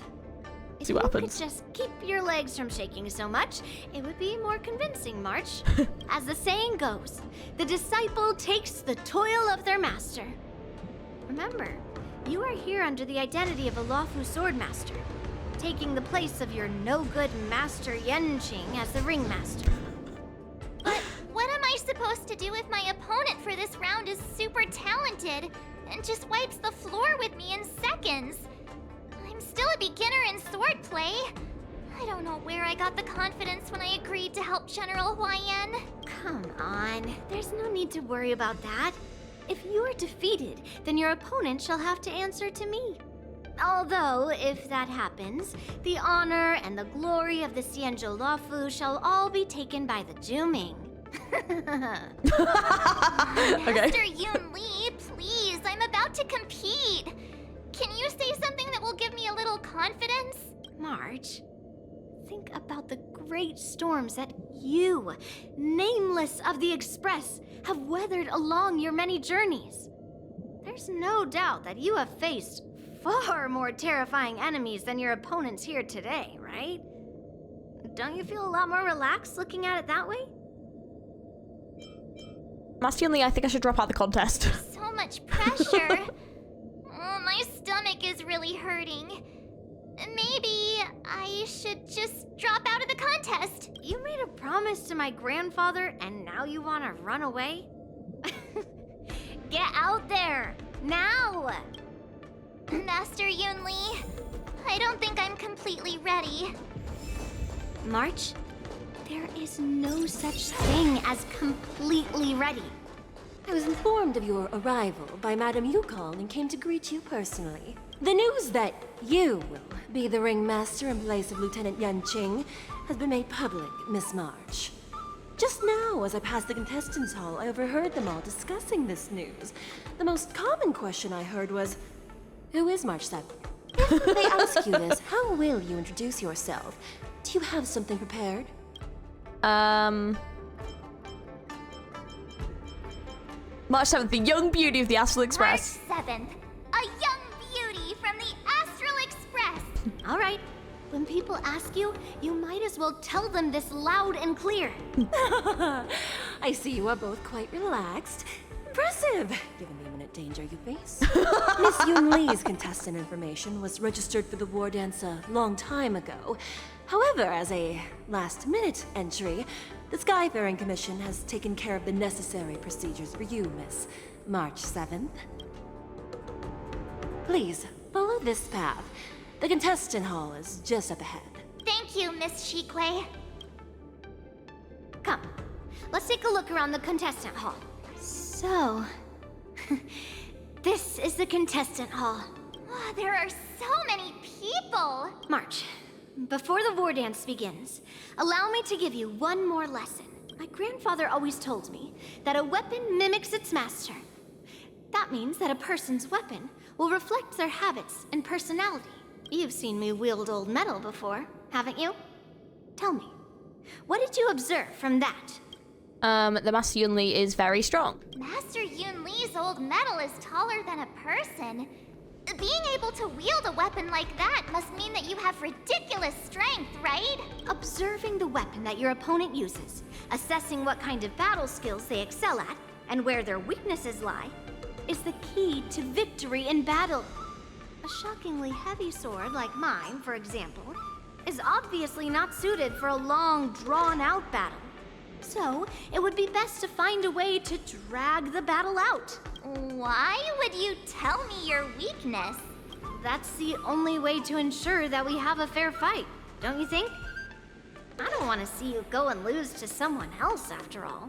Now is a perfect opportunity to learn how to evaluate your opponents. Let's use the people here in the contestants' hall to practice. If you know yourself and know your enemy, you will not lose in 100 battles. Know myself and know the enemy. Let's see, who should I ask first? Oh, here we go. Here's an opponent to assess. I came here because I wanted to meet the great Lieutenant Yenqing I've heard so much about, and finally cross blades with him myself. Bit awkward. Who would have imagined that he would take a disciple and have her be the ringmaster in his place?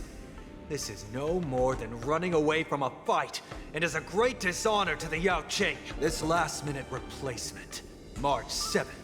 Who exactly is she? Hello, I am March 7th. Carefully preserve the weapon. The contestant from the Yaoqing, aside from the longsword on his back, also carried an electric magnetic hand crossbow.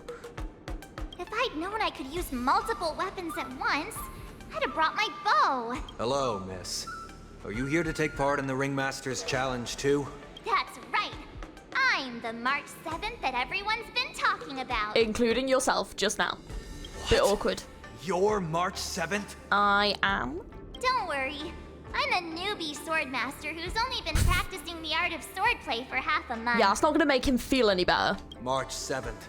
Standing before you is a seasoned Cloud Knight who has practiced swordsmanship for over 200 years. Tricking the opponent into underestimating me is a valid tactic too, right? True. First round of the war dance is about to begin. Are you feeling okay, March? Me? I'm fine. As soon as I saw all these people gathered here, I suddenly felt weirdly relaxed. These contestants all seem very reliable. Looking at these contestants, I suddenly feel a lot calmer for some reason. I understand why you wanted me to know myself and know my enemy. I don't feel as nervous as I did before. So, do you want to go out and see the ring? Yeah, I want to see what the ring looks like. Knew it! Let's go. What I actually really want to do is have a look at the food on that table. Look! Oh, look at the little mouse burgery things. I don't know exactly what they are, but they're adorable as hell. If we walk through here, we'll be able to see the war dance's official venue. Ooh, wow, it's huge. Wow, so this is what it's like from the spectator seats? Look over there. Like a Pokemon ring. The ring we'll be standing on. Master Yun Li? I'm getting nervous again. Can I really do this? I mean, you don't really have a choice, so. Yes, you're gonna have to. Too late for nerves now. It's almost time. Yeah, almost sorry. Time for what? As soon as I think about the mission General Huayan gave me, my heart starts racing like crazy. What do I do, Master Yun Li? It's when it stops beating that we need to worry. Just take in the atmosphere and prepare yourself. I have to leave for a moment and do some inspections around the ship. This was also part of Grandpa's orders. I wonder how Master Yanqing is doing over there. Hey, focus. And we're back to the Trailblazer. We're about to find out. General, report! The teams are in position, and the Skyfaring Commission has taken control of the Starskiff lanes. Activate all side cranes and have them scan everyone coming in and out of the port. Remain vigilant at all times. Any suspicious movements must be suppressed as quickly as possible before the situation gets out of hand. Yes, General. You two, follow me.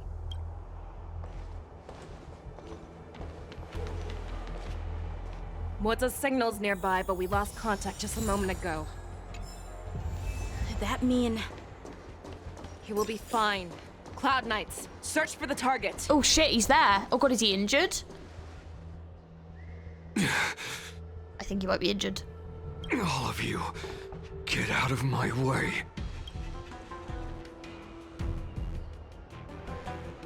It's Morta.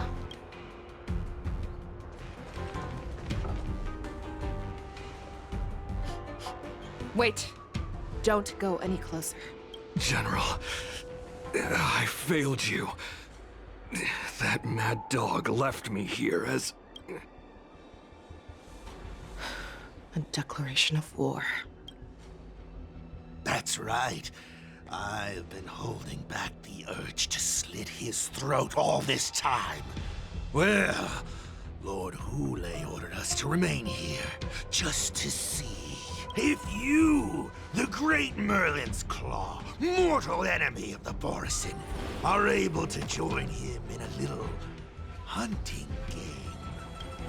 Hunting is not a game. It is a battle of life and death. Are you ready for your death, abomination? Well, you better be, because I'm about to deliver. Save your breath. How about letting the enemies strike more seasoned? I'm honored by, since you're already here, why not have a meal before the move? Don't worry, this one's on me. Let's duel. How's this taste? I'm guessing that Another was journey. nice. Like a my friends? Indulge yourselves! I weep for the departed.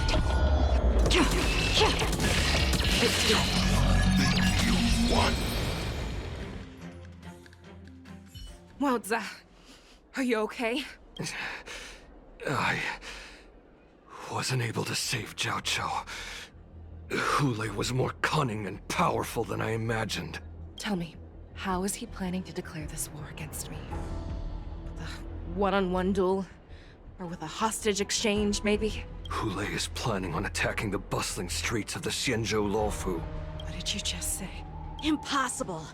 Even if there are still undercover Borisin that we haven't sniffed out, Hule can't have more than a few dozen people. How is he planning on simultaneously attacking the streets of the Xianzhou Luofu? He has an ace up his sleeve. Hule's body holds a plague mark passed down through generations of Borisin.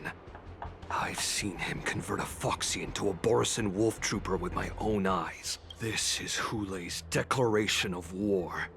His blood. It can cause Foxians to rapidly transform and lose their minds. He has passed his blood to his minions, and is planning to spread it across the Luofu and stir up panic. Oh, he's a bit naughty, isn't he? Frickin' Hule. You're saying there'll be attacks all over? He wants to encircle us in one fell swoop. This beast is truly unpredictable. Contact the Skyfaring Commission and the Cloud Knights right away. Have them enforce a traffic ban and order all Foxians to remain indoors until further notice. The moment you see your enemy's declaration of war, it means that they have already begun to take action. But if Hule succeeds in getting this panic to spread... Do you remember what I told you before? Hunting is about thinking the same way as your prey, not just mindlessly chasing after them. What Hule wants is to see everyone on the Luofu descend into panic. He wants to see us lose our minds and waste our limited manpower scouring every inch of the Luofu for signs of an attack until we exhaust ourselves. It's like that party game that the people of the Yaoqing love to play. They hide an object under one of several bowls, then move the bowls around and have you guess which one the object is underneath. The way I see it, this is all nothing more than misdirection. No matter what Hule does, there is one truth that cannot be changed. He is trapped aboard the Xianzhou Luofu. The only way for him to escape is to find a ship. And the only ship he's able to see is the Sky Splitter. Right now, the only ship he'd be able to see is the Sky Splitter. In his eyes, that ship is full of countless hostages. That would be the best place for him to go. So, that will also be our final battlefield. But if we're wrong about this, if he goes somewhere else, or if he does as he said he would, and his minions infect the Foxians everywhere with wolf blood, what do we do then? Are we just supposed to abandon those less likely locations? This is another lesson that you must learn outside of swordplay. Weighing your options and making a decision. There are always questions that we will ask ourselves, but never be able to answer. Before making a decision, we must destroy any hesitation that we are holding on to. Once we make a decision, we must fight off any regrets. There is a chance that we will make the wrong decision and allow our allies to be sacrificed in vain. There is a chance that we will predict our enemies' movements correctly, yet underestimate their strength and be overwhelmed in battle. But being lost in hesitation and failing to take any action will always be more harmful than taking the wrong path. We must make a decision, no matter what. Everyone, listen up. I will personally take charge of Starskiff Haven, evacuate the people, and prepare for any possible attacks. I will do my best to ensure that things are safe on the ground. Nameless, please lend us your strength as you did when the Ambrosial Arbor was reborn. I need you and Wildza to go in search of Jiaoqui. Leave it to me. General, please entrust me with the safety of the Sky Splitter. I was originally meant to participate in the tournament, so now it is only right that I return to the Sky Splitter. If Hulei does come to attack the Sky Splitter, Lieutenant Yanqing, I need you to hold him there until I am able to arrive. Please rest assured, General. If he dares step foot on the Sky Splitter, I, Yanqing, swear on the blade in my hands that he shall not escape. As the Cloud Knights set off to various locations, they swiftly begin to cordon off areas and start inspections, and I couldn't read the rest because it went too quick, sorry. Cloud Knights! Sorry. The Borson I'll read it when I'm arrogantly editing. decided to challenge us on Xianzhou territory. It's a very Genshin thing for them They to do. vow that they will unleash a bloodbath along the Genshin's streets just of like flash them and Xianzhou. go away. Whereas like normally Honkai Star will sit there for a hot minute, but no, just bye. Can I look back at what it said? Oh, there you go. At the time, the Cloud Knights are waiting information at the Exalting Sector. There we go. There we go. I got to read it. The unarmed civilians of the Xianzhou and countless visitors from afar are under our protection. Let me ask you, as Cloud Knights, will we allow the Borson to succeed with their plan? We'll try not to, but who knows? Be on your guard. We will try.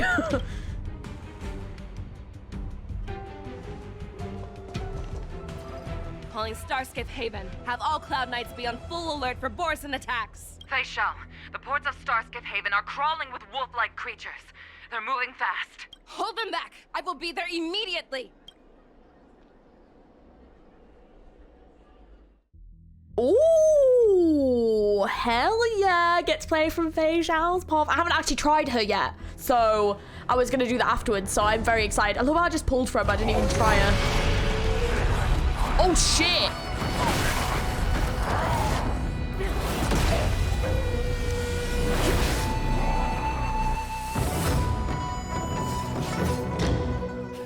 Oh fuck yeah! That's so sick. After Feixiao used the technique, she grants herself a movement speed boost and will pull enemies along with her as she travels. The more enemies are pulled, the higher damage upon entering battle. There you are, Feixiao. Okay. Madam Yukong. After 30 years, we find ourselves fighting side by side once more. Amazing. Wait, that's so dope. Oh my god. Holy shit. Oh, oh, whoa. Are you fucking kidding me? A short respite, then time for the next fight. Oh my god. Well. Shit. Okay, where are the other Borson? Yeah, let me go find them. Oh, here we go. Holy crap. Let's see. La la la. Just pick him up. Where's the other one? There he is. That is unreal. Oh my god, that's actually insane.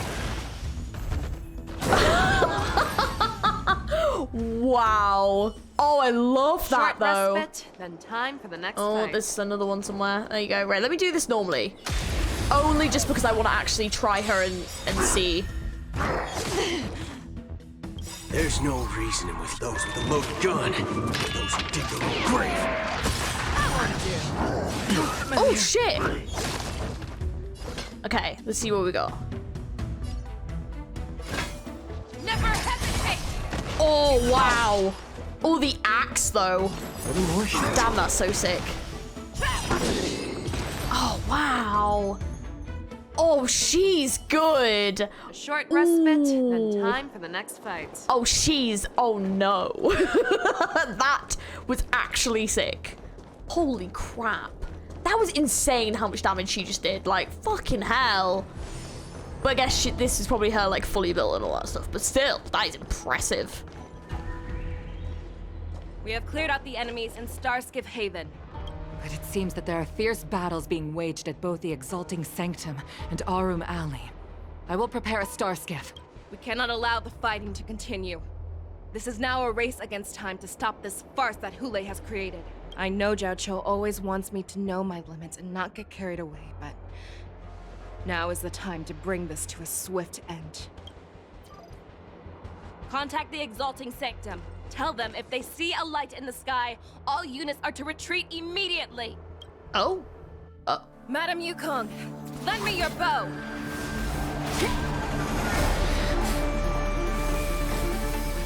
Ooh.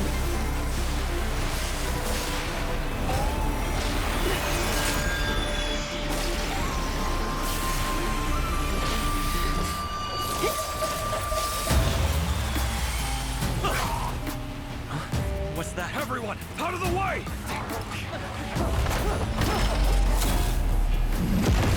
Oh, damn!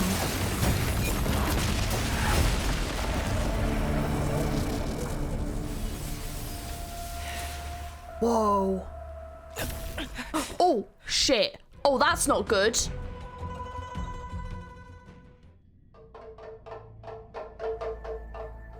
I mean, that was very badass, but seems like a bit of a slight mistake. At the same time, Nora Malley. Damn. Oh, what a mess. I just knew it would end up this way. Every time she hits the battlefield, she makes a mess like this. Where did all the bodies go? Why was there loads of bodies and now there's only 3? She didn't even leave a single survivor to get intel from. One of these men must have known about Hulei and Zhao Chou's whereabouts. Is Zhao Chou still alive? He has to be.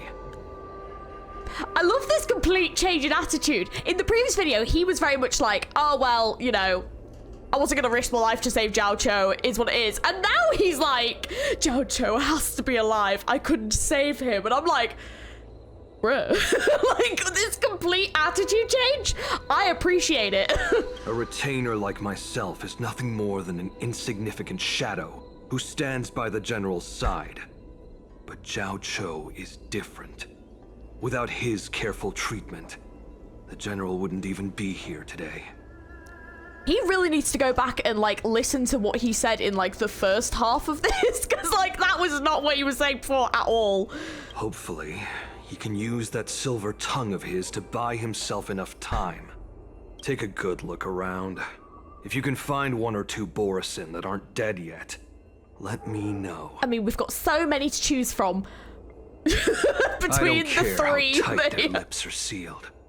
I always have a way to crack them open and get the information we need. I mean, I'm not gonna lie, that move was very murdery. I mean, there is a few more. There's more, like, around here. Oh, hang on. What a terrifying attack. Oh, Mock Talk! Lol, let's get him. Who could have imagined that such astonishing strength would lie in the hands of a Foxian war slave? So decisive. So brutal. She is more like a descendant of Duran than we who have fallen to our current state. No wonder the warhead has his eyes on her. That's the fact that you still draw breath after an attack like that. I remember you, Mock Talk. You are harder to kill than a cockroach. He really is. But the fact that you have willingly shown yourself saves us some time. It is not too late for you to surrender. Tell me, where are Hulei and Zhao Chou?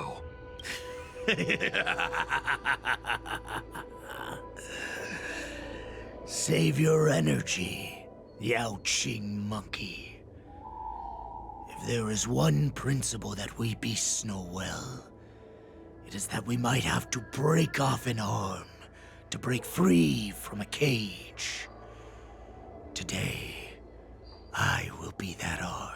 I lived as a hunter for many years, yet I have only followed the warhead for this recent, brief period.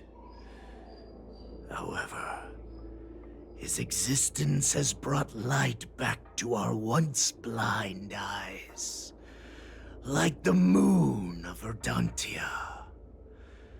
He has shown me the way. The descendants of Duran have abandoned the Wolf's Creed.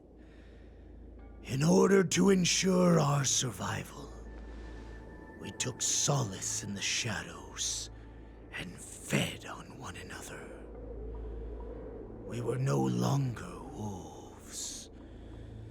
We were no more than rats, living a dirty and pathetic life. Thanks to the gift granted to us by Lord Hule, I have shared his vision and his blood. The descendants of Duran should live for the victory of the pack, and they should die for it as well. Come, Yaoqing man. Show me your fangs. We will fight to the death! How honorable, you mangy dog. But you seem to have misunderstood. There will be no fair one-on-one duel. Let's see how tough you are once we've put you down.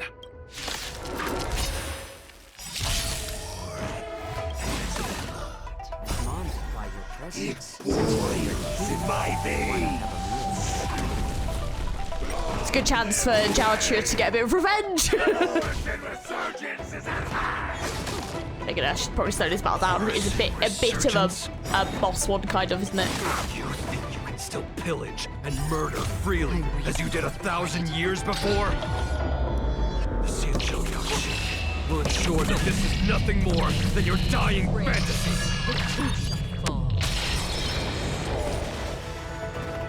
Oh shit! A scrape like this will send me running. Ow! Remember to aim for the heart.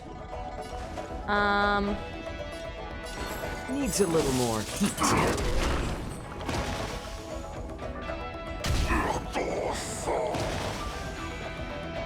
Waiting in line for a bullet? Bring it on, Booker. Fire! I didn't say fire. Hold on. Time to mix things up. Get rid of this one, there we go.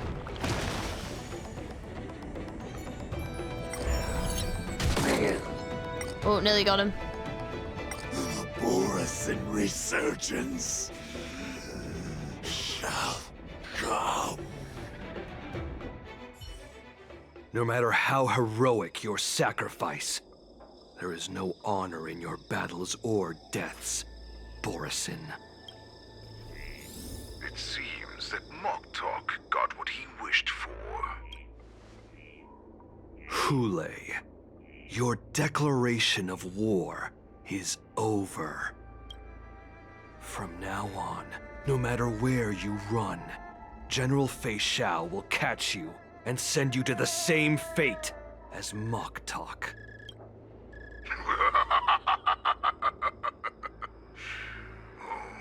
Your tongue is sharper than your claws. Don't stand in my way, child. Have your general speak with me. Our little hunting game is not over yet. Stand down, Watsa. I am here, Hule. What do you wish to say?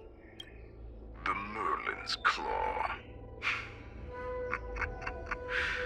Though we have never met on the battlefield, Bloody hell. I have heard many interesting things about you from both my men and your healer.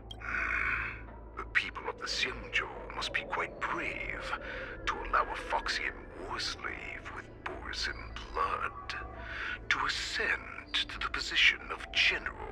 Has no one ever questioned that lineage of yours? Or could it be that your grand achievements were enough to convince everyone to keep their lips sealed? Claiming to have family ties with the enemy sounds to me like an attempt at asking for mercy. Hule, are you begging me for mercy? I see that it is not only the ruthless blood of a wolf that courses through your veins, but also the cunning blood of a fox. When you think about was a gift from the Borison. Anything that we gift, we are also free to reclaim. The Merlin's Claw. I shall extend a final invitation to you. I will be waiting for you on the Sky Splitter. Before you arrive, I will slaughter all in sight, allowing the crimson moon that has fallen dim for over 700 years to once more come to life. I will illuminate this ship with the sheen of blood and show everyone just how weak and powerless the Xiangzhou is. Then, I will pilot this ship through every blockade and barrier you have prepared and begin my journey home. This ship shall be the flagship for the Borison Resurgence. Before I finish these tasks of mine, you have a chance to stop me or die at my hands. This is the path that I have prepared for you. I accept your challenge, Hule. Because the very moment you stepped aboard the Sky Splitter, you stepped onto your path to ruin.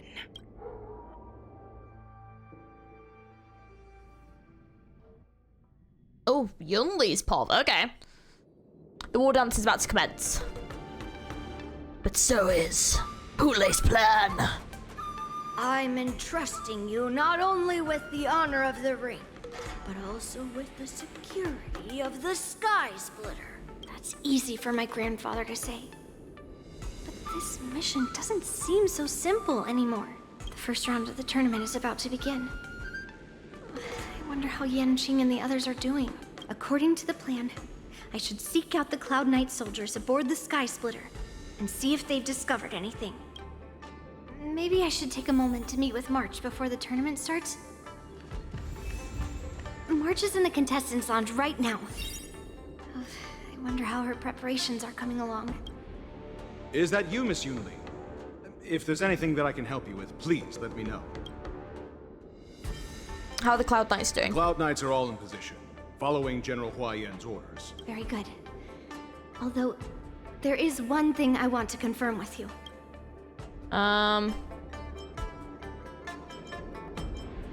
Your timing is perfect, Miss Yunli. We actually just received an emergency boarding request. An emergency boarding request? It wasn't on the Sky Splitter Starskiff registry, but all the documentation checked out. Who would be boarding the ship at this time? Where are they? I'll go check it out. The Starskiff is using the contestant docking bay. Would you like me to lead the way? No need. You have your own duties to take care of. I will be fine by myself. I have to check on this immediately. Routine inspection! All passengers, please prepare for an inspection. So this is the suspicious Starskiff. Where did the passengers go? I'm going to count down from 10. If you do not come out, I will destroy the ship. 10, 9, 8, 7, 6, 5, 4. Time is running out. Damn, she really didn't even give him a chance to unbuckle the seatbelts. 3, 2, 1. Wait a second!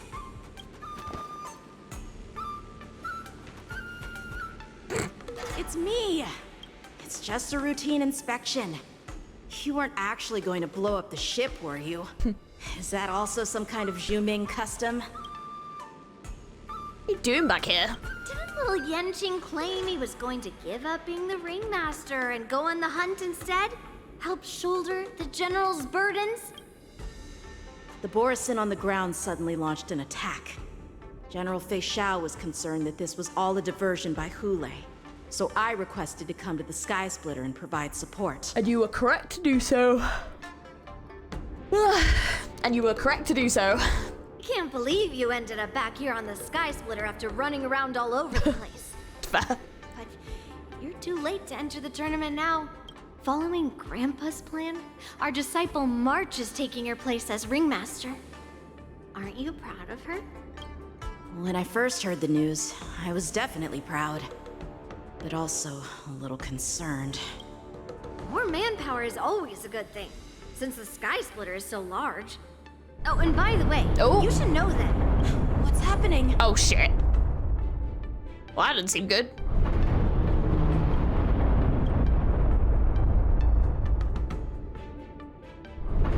Does it feel like the Sky Splitter has slowed down? Could it be? Come with me. We need to check the engine room. It's the heart of the ship, so we need to prioritize its safety. A big box. Oh. Well, that's gonna be a bad box, isn't it? It's not what we want. Strange. Why is there no one here? Or is that a piece of equipment? I don't know, it just looks like it shouldn't be there. That definitely shouldn't be there.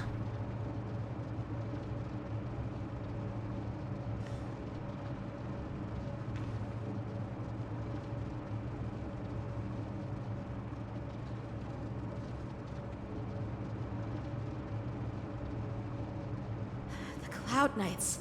They're over here. Oh shit.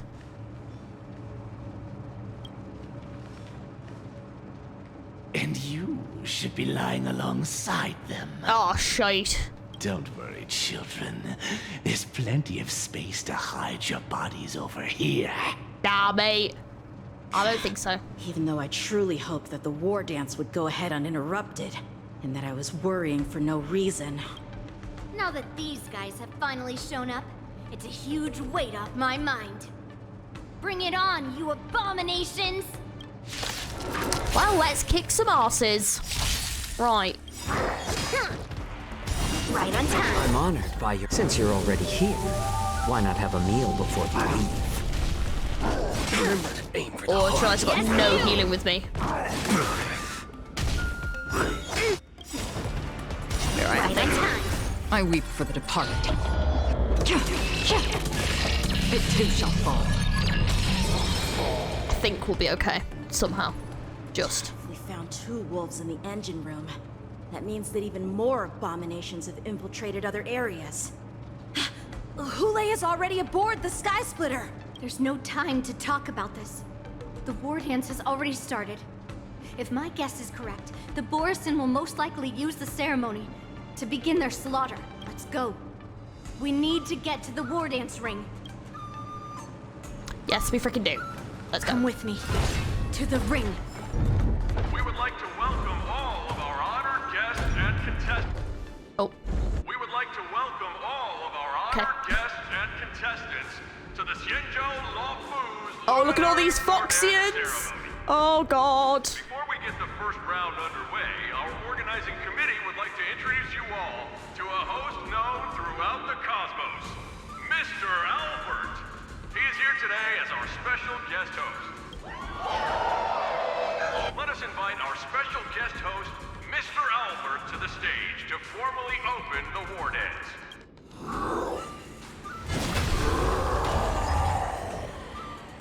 I don't think that's Miss... I have a feeling that's not Mr. Albert.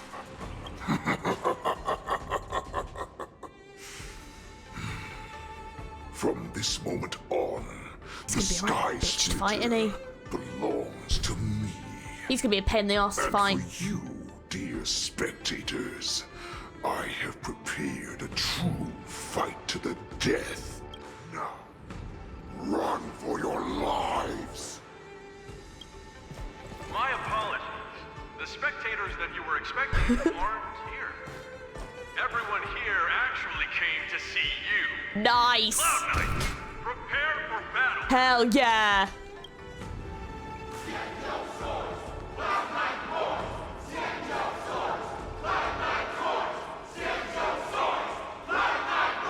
Let's go. What a tune. Also, where's Jiaoqui? Where is he? Yeah, we fucking were. Oh, shite. That's fine too. Since you have all prepared for your deaths, come, give me all you've got. Entertain me. Okay. That doesn't seem particularly great. He's very confident. I'm worried. 3 dual hours before the wall dance convenes, Seat of Divine Foresight.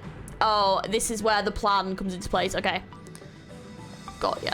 Surround your enemy, but leave one side open. This is your strategy for ensuring that the war dance will be able to be held as usual? Precisely. When Hule escaped, we should have cancelled the war dance immediately. No one can predict where a wild beast like him will attack. Yet festivals and celebrations like this are likely to become targets. However, preparations for the war dance were in the works for so long, I couldn't bear to announce its cancellation. So I thought, if the show must go on, then let it go on. But that doesn't mean that the war dance we hold today has to be the real event. All we need to do is swap all the spectators and contestants aboard the ship with Cloud Knight soldiers, and the Sky Splitter, soaring high above, will become the ultimate battleground for our hunt. But what do we do if Hule is not planning to attack the war dance? Then we just need to draw his attention to the Sky Splitter. We'll have the Skyfaring Commission clear all transport lanes and cut down Starskiff traffic.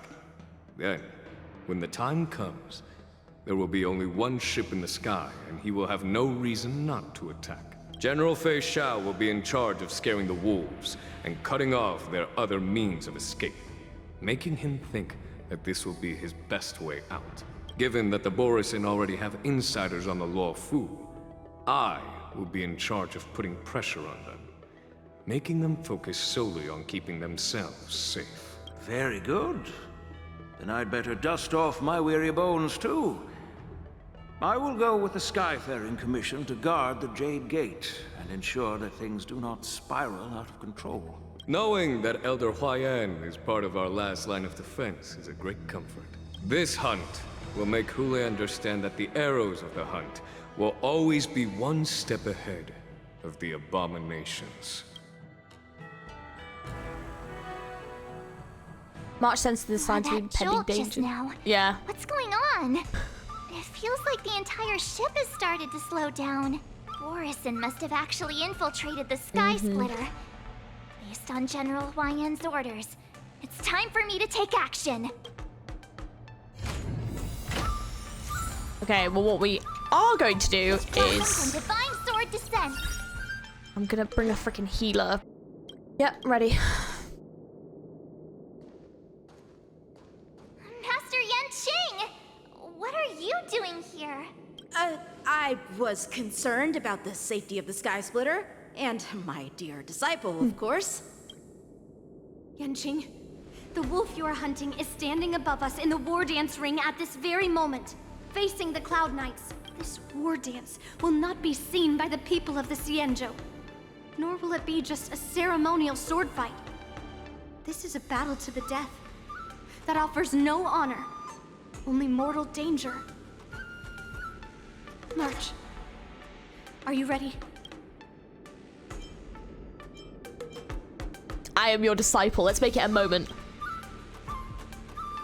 If my masters are going to battle, how could they go without their disciple? Yunli, Miss March, may your blades be sharp, and your victories glorious. May your blades be sharp, and your victories glorious. May your blades... Ah, forget it. Let's go and make this a quick victory.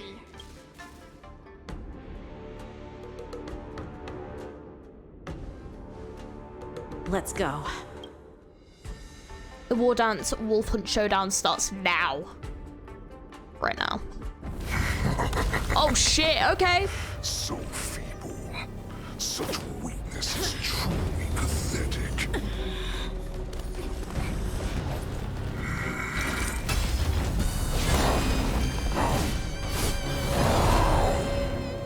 Ooh, that music was fucking dope.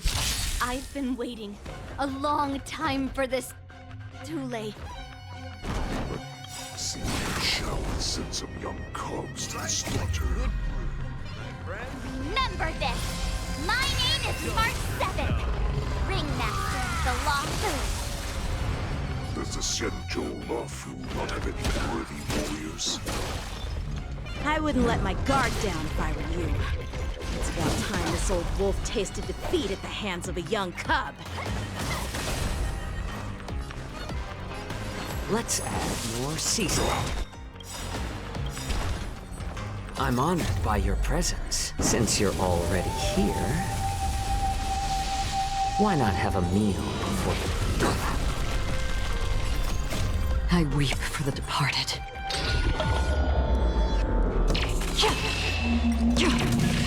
It too shall fall.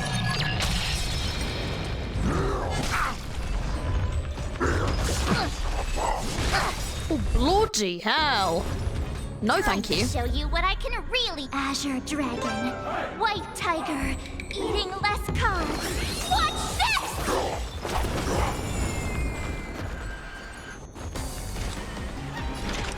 Existence is fleeting as the dawn's dew, destined for oblivion. Time to mix things up.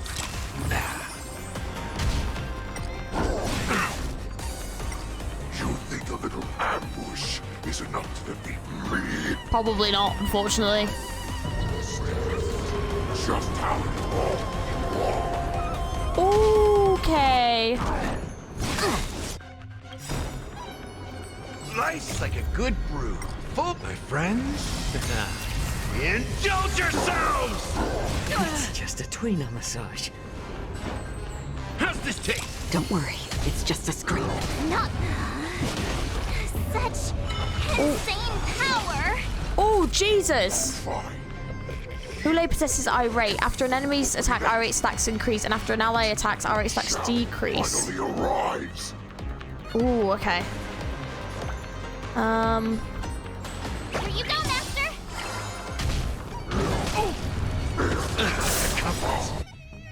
I'm honored by your presence. You're already here. Why not have a meal before the meal? I weep for the departed. It too shall fall. I like adding fuel to the fire. I could take 10 of you. Nice job. Yeah. Oof. Shitting hell. Oh, shit. Oh, this is a problem. This is a big problem. It's nothing. I'm sorry. Oh, crap. Might need to restart this. Time to show you Azure Dragon, White Tiger, less carbs. Watch this! Hero's life Life's is like a hard. good, my friends. Indulge yourselves!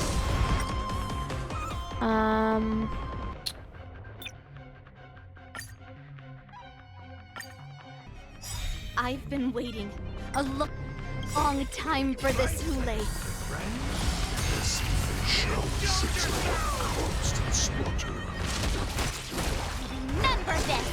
My name is March 7th, Ringmaster of the Law Food. Let's ascend your path. We do not have any worthy warriors. I wouldn't let my guard down if I were you.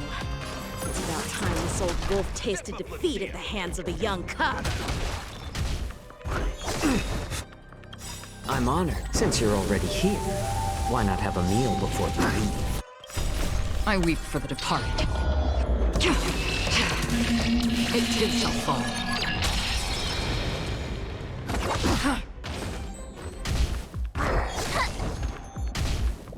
Yeah. You think a little ambush is enough to defeat me? Just how long? Such insane power.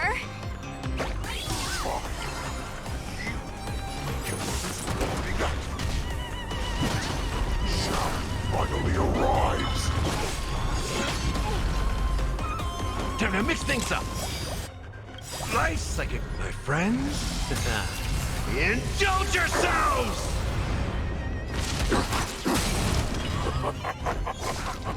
Swing with all your might, dear cubs. You might run. A wolf's path only goes forward. Running is never an option. I weep for the departed. It too shall fall.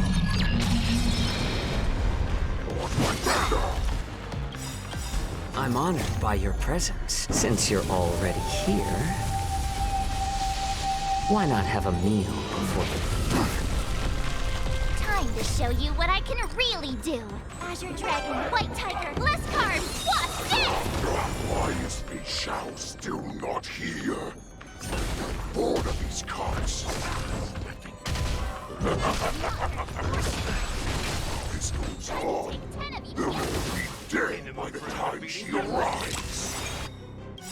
Psychic, my friends. Indulge yourselves! This fight has been horrible today. Still waters of oblivion. How about letting the enemy strike for a little more heat? I weep for the departed. It too shall fall.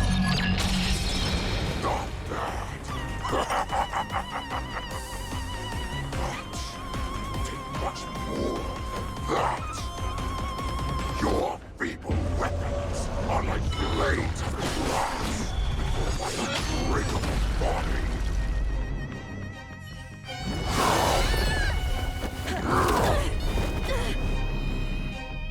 I've had enough.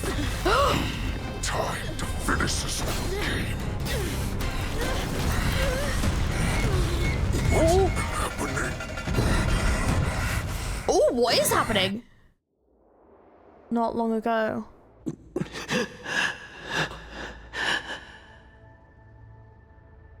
Oh no. Oh no. Oh no. Oh no. Oh, JIAOQUI. Oh god. Is he? Oh. Secrets are a weapon that a hunter cannot live without.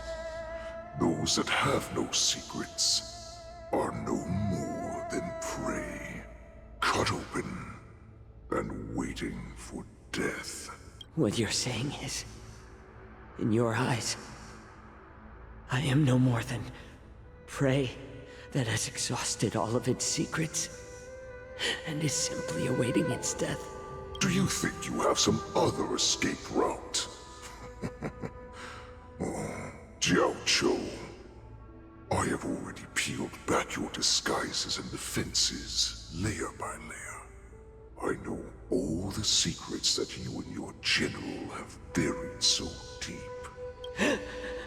But you have told me all of your secrets too, Warhead. Oh, but you will never have a chance to use them. You will be buried with them right here. Although, you are a fortunate one, after all.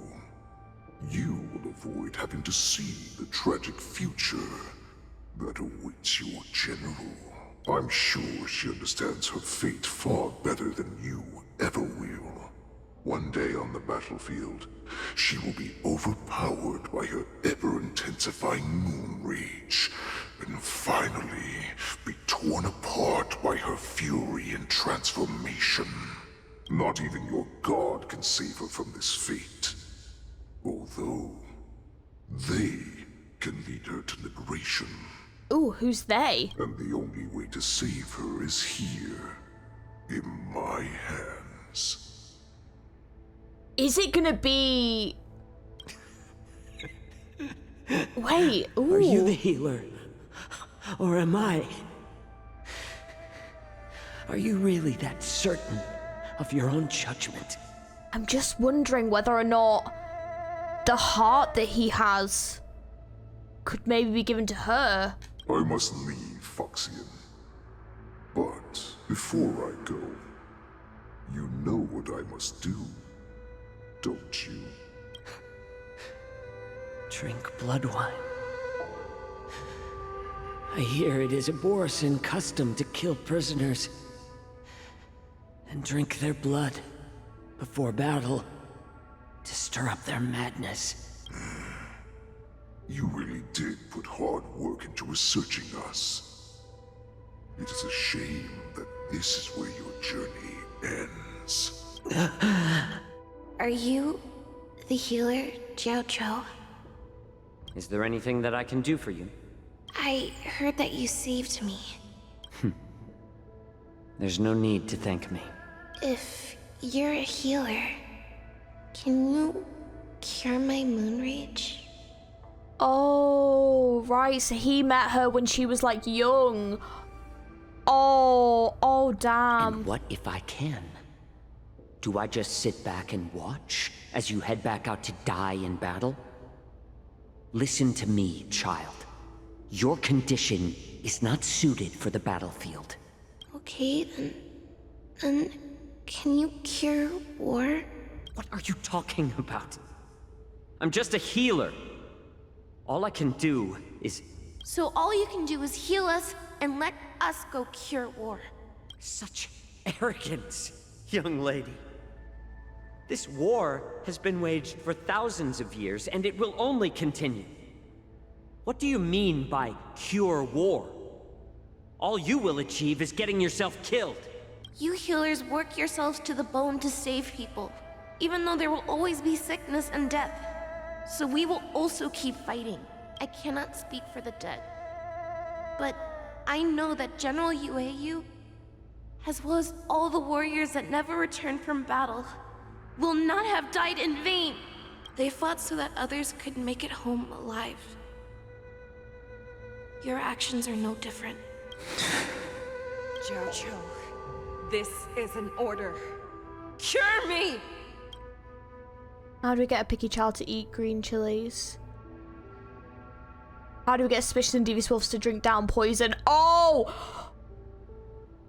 I've already Oh, did he ingest the... Oh, he ingested it?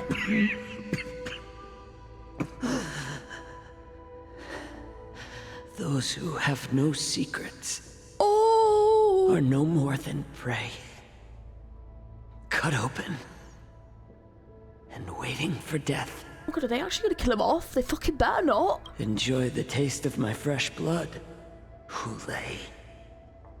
Unfortunately, I am not a man without secrets. I still have one little secret hidden up my sleeve. Tumble dust. I drank it a while ago, and the poison is already flowing through my veins.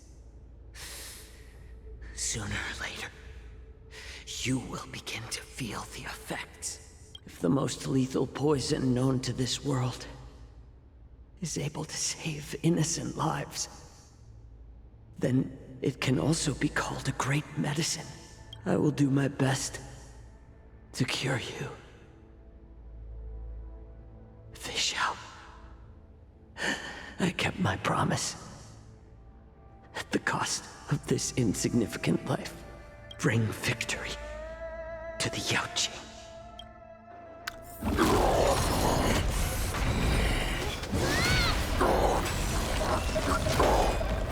So, you want to play dirty? Yeah, it's colder. My sword is even colder! Ah, I've got to fight him again! Hulei's movements are slowing down. I'm on it, right? This is our chance. Since you're already... It's time for us to put this dog down! That's clever though, that he like ingested the poison. Oh god, I'm a bit... Is he gonna die then? Can someone else take this one? Better not bloody die. Master, have some tea.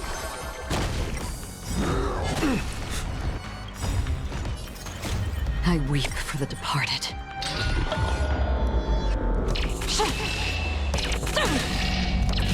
Dust's reign, it too shall fall.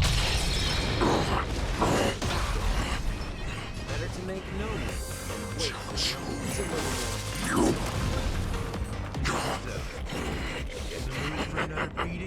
The pathetic little poison like this. You think this is enough to turn the tide of battle? No, it's clearly having some effect.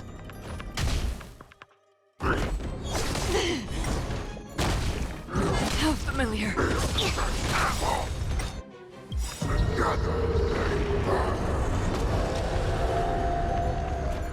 to show you what I can really do. Azure Dragon, White Tiger, less carbs, watch this! Oh shit! Slowing down.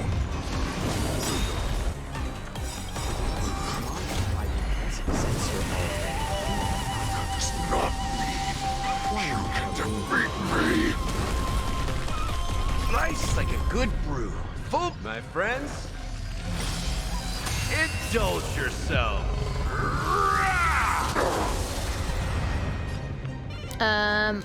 How's this taste?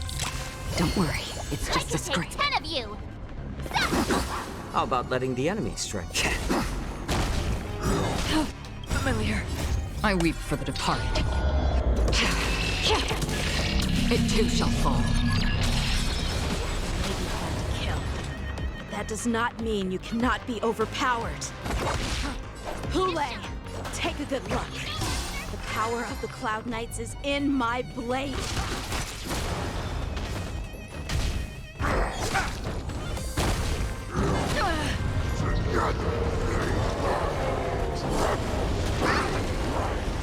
It's better to make no move. More seasoned. Oh. Impossible! How could a mere whelp defeat me?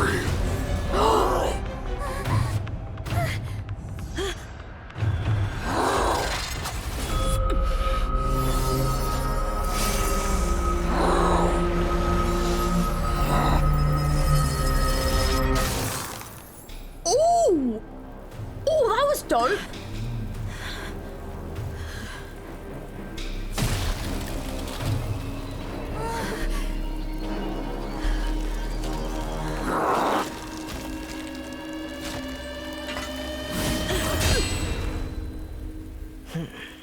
Oh, damn! Yanqing, holy shit!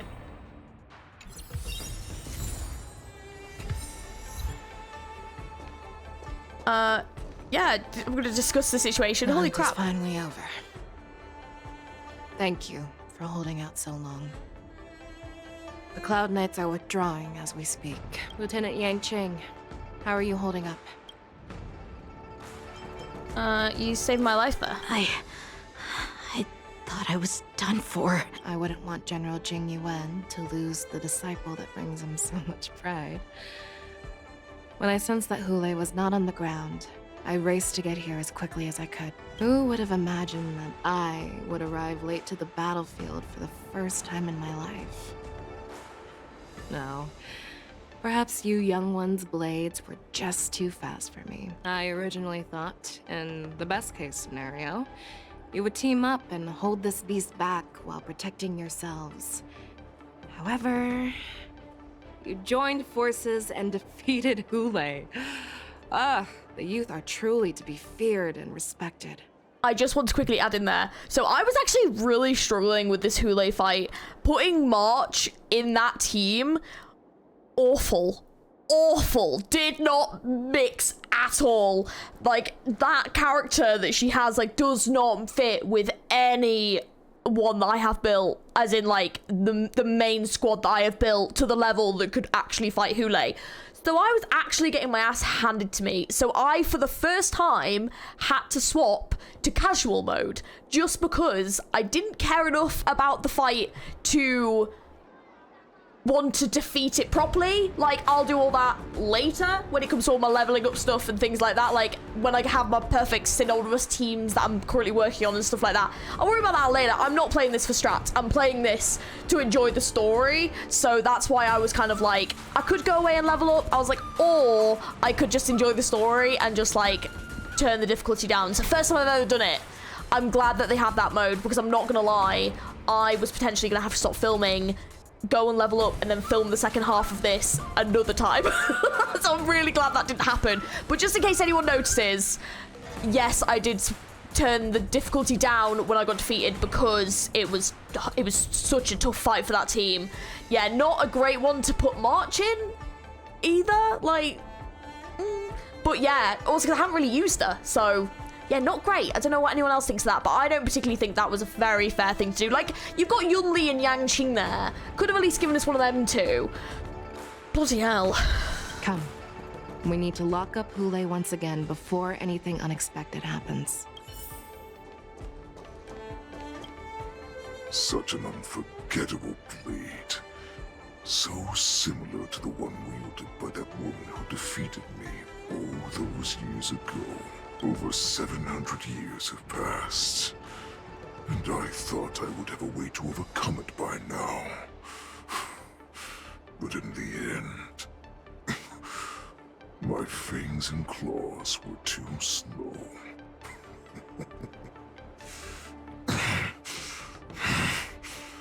You won, child. Stop struggling, Hule.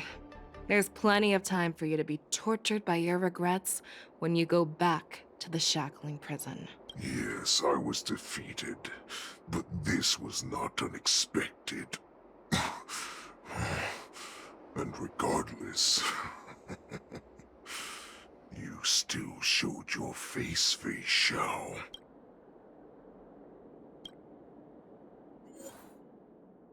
Oh. Bring down the Crimson Moon and receive its boon, or be consumed by it. Feixiao is struggling with boundless madness at this very moment. What the fuck? Wait, what? I have looked forward to this for so long. Our little hunting game has finally reached its climax. I told you before, I had a path prepared for you. You've doomed yourselves. As I meet my demise, so shall the entire Xianzhou Longbow. The crimson wound in my chest will make this place shine with blood. I will drive all Foxians to madness in their fear, craving slaughter without end.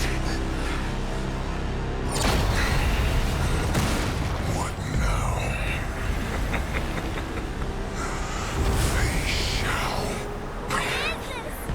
This is the heart of the Borisin Warhead, a product of the Plague Mark. I'll leave the next part to you.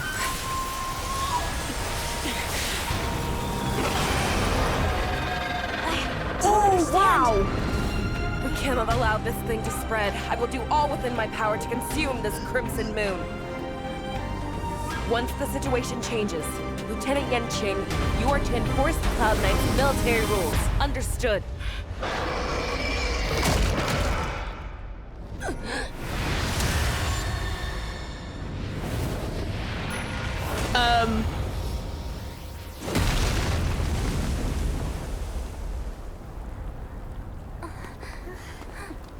General!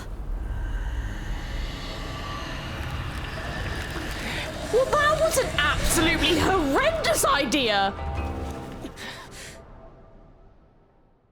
Why would you have the strongest person consume that? Die, Borisin! What? We clearly don't have wolf ears.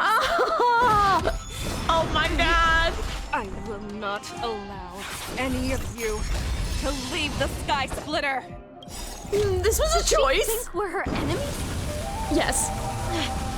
Hule just wanted to take down the general, even at the cost of his own life. Snap out of it, General! Turn up the heat. You've arrived, huh? It's time to mix things up. Breathe easy again. Nice like a good brew, my friends. Indulge yourself.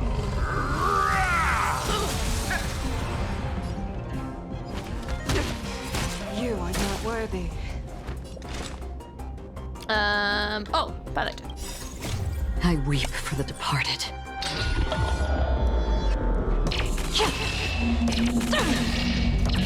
Dust's reign, it too shall fall.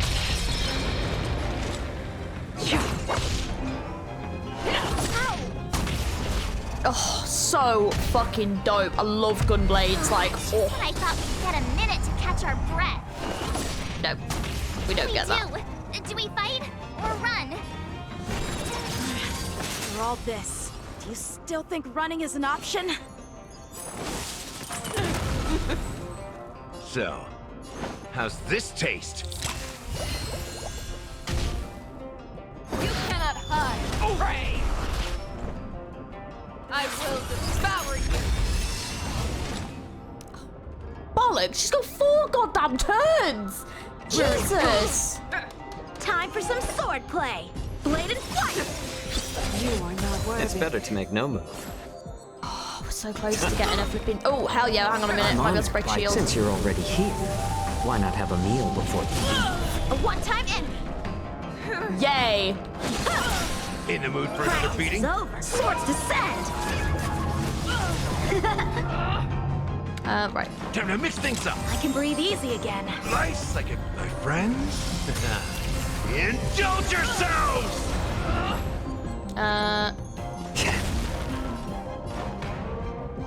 How's this taste? Don't worry, it's just a scrape. Still waters of oblivion. Rip this body asunder! I weep for the departed. It too shall fall. Oh god damn it. How about letting the enemy strike for more season? Step up, let's see it. You cannot hide, prey! I will devour you! Another journey begins, destined for oblivion. You are not worthy. God, she's like so quick. I'm honored by you. Since you're already here, why not have a meal before you leave? I'll crush the wall! Oh, damn it. Free will, or was it fate? Okay, we might be close. Oh, actually, no, we're probably a bit fucked. But give it a go. I We weep might for just the be able to do departed. this before she fucking murders us all, but It too shall I fall. doubt it. A one-time enemy! Blade and flight!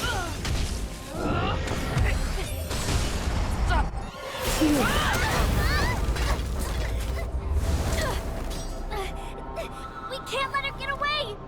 But do we stand any chance at all?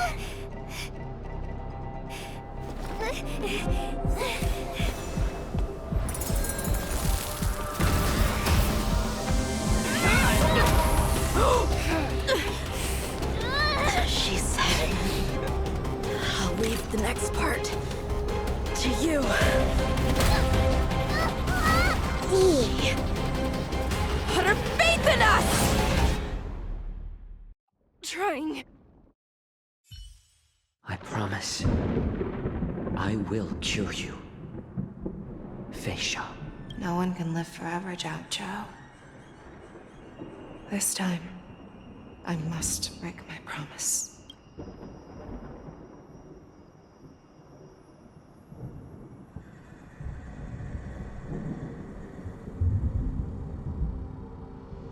Is this the Sky Splitter?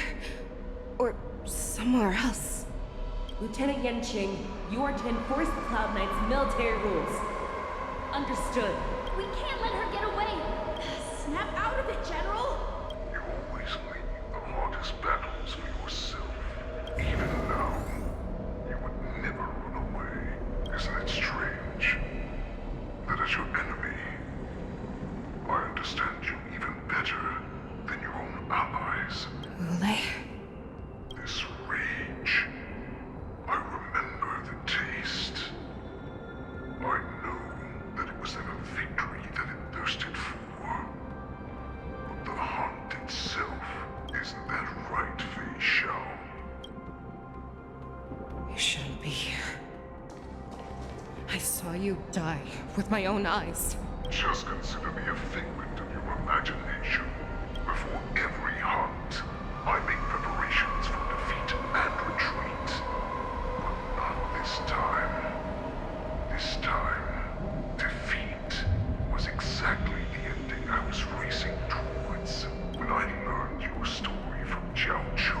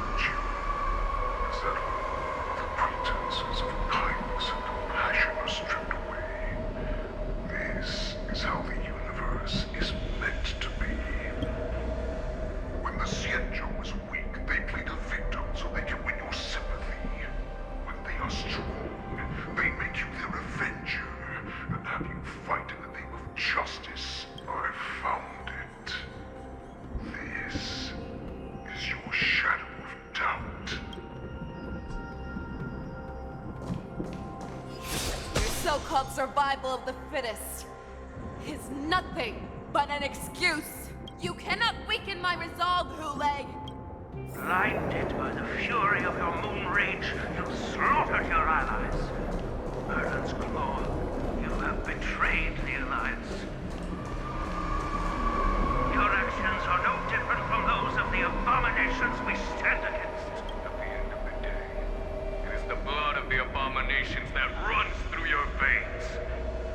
One day, you will inevitably become an enemy of the Alliance. Cloud Knights, formation! You ran into the arms of your new master's army without hesitation. You thought that you had found freedom, respect, and recognition. But you were wrong. They know all too well that a wolf will always be a wolf. Now your greatest fear is about to come true. You have become an enemy of the Xianzhou. This is your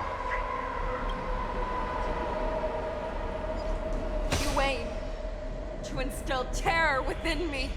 Yet all of this is nothing but a phantom!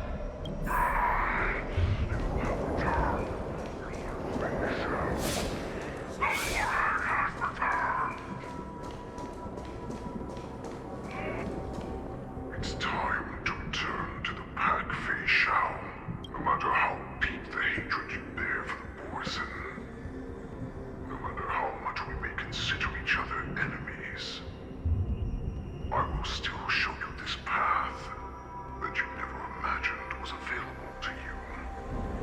Because you made a choice. You devoured the Crimson Moon.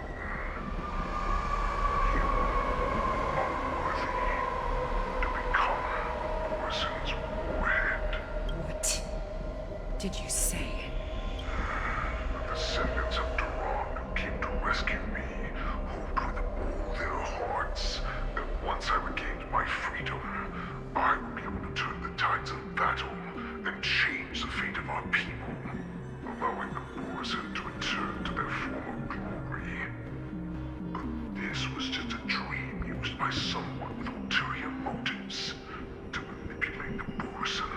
They would rather place their hopes of survival on an imaginary savior than gain the courage and strength to fight to the death. Borzen like that deserve no more than to be sent to their deaths. And I, a prisoner who was held captive for over 700 years, a criminal of war who was deprived even an honorable death in battle, would become a puppet upon my return at the mercy of others.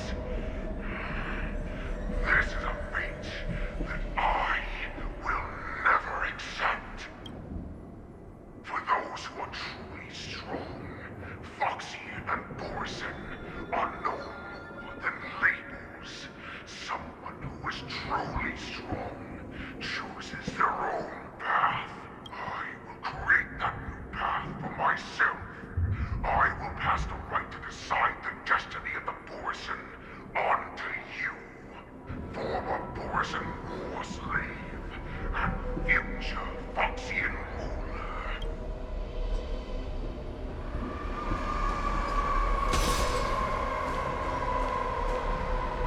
Your healer, JIAOQUI, served you with such loyalty.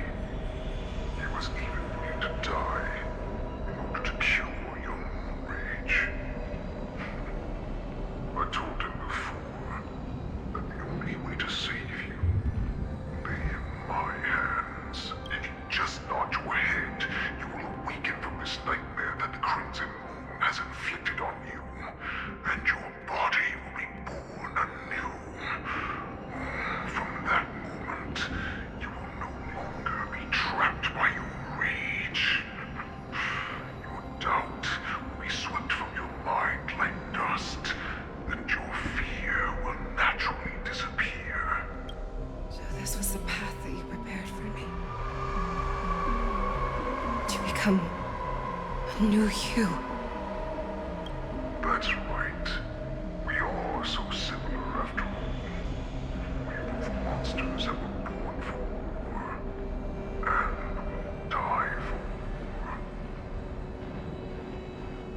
So why would he want a Foxian to become the new Borisin warlord, though? Because she is a Foxian. Yes, she does have Borisin blood, but she is a Foxian at the end of the day. So why would he want that for the Borisin people? Is it just because of how, like, strong she is and he just, like, respects that? But to be fair, he's never actually seen her fight. He didn't actually fight her himself. So he didn't really judge that. He just kind of went off what everyone else said, really. So, yeah.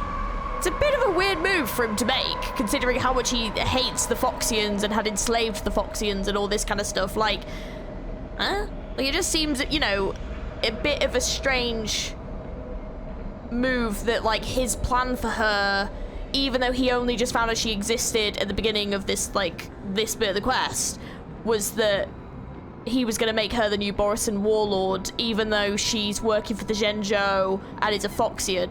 It's just a bit of a weird plot twist. I don't know if I really like it that much. I kind of figured she'd probably end up consuming the heart, because I was like, when he was like, the cure for her is in my hands, and I was like, oh, she's gonna end up probably having to consume the heart, and then she'll have to, like, overcome it and stuff. But yeah, the fact that, like, that was his plan for her this whole time, I don't really know if I buy that, really. Yeah, it's just a bit like, huh? It just kind of goes against the other stuff that he was sort of saying about Foxians this whole time, if I'm being honest. I'm sure my answer doesn't need much explanation. I refuse. I told you before, Foxian and Borisin are no more than labels. But that's not... You can be whoever you want to be. You can do whatever you want to do. But they're labels that mean a lot to him, because he was the Borisin warlord who was enslaving the Foxians specifically. So how can he just say that they actually don't matter when that's kind of his whole thing, was that it mattered how powerful the Borisin are and how weak the Foxians were. Why does it not matter now? That's so weird. Like, that just doesn't make any sense. Like, that's his whole thing, was that he hated the Foxians. That doesn't make any sense. I think that's a bit of a stretch, if I'm being honest. Like, you know, being like, oh, no more labels. We can just be whoever we want to be now. It's not what you were fucking saying about the Foxians before. Well, yeah, when you were, like, enslaving them and murdering them and stuff, and you were making the Foxians into Borisins, because they weren't just allowed to be who they were. You had to make them into Borisins. Like, what? That makes no sense. Okay. Accept these troops, and the Borisin will bow to you. This is what? Reduce them to dust, or teach them to become servants of the Zhenzhou. You are free to do as you please. Is this actually Hule? Like, what? What? Carve your name into the Zhenzhou's history books, or into the list of arch enemies. You have the final say. What? He's essentially just, like, doomed his own race. Is it because he feels that they're, like, so weak now that, like, it doesn't matter? Huh? I don't understand, Hule. You have no idea what it is that I truly desire. Yeah, I don't either, and I also don't know what he bloody truly desires now, because now I'm just confused, because his whole character arc seems to just have not mattered. What? When I was just a child, I stained my hands with blood for the first time, in order to escape the whips and shackles of the Wolf Masters.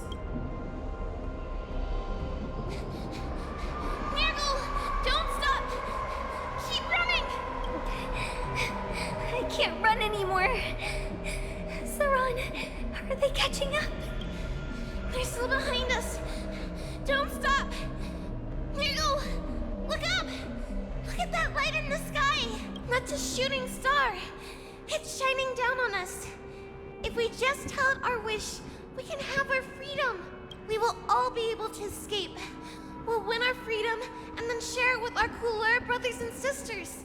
So you have to run. Quickly! We can do it! We can escape! From the dense darkness behind comes the fierce howls of wolves and the cries of wild beasts. Nirgle, run with me! We ran and ran with all the strength we had. But we ended up losing each other. I escaped the hunting pack and encountered a woman that could fly. A Cloud Knight. I imagine you kept your promise. Unfortunately, when I led her back in order to free my Kulor companions, there was nothing left there but a bottomless pit.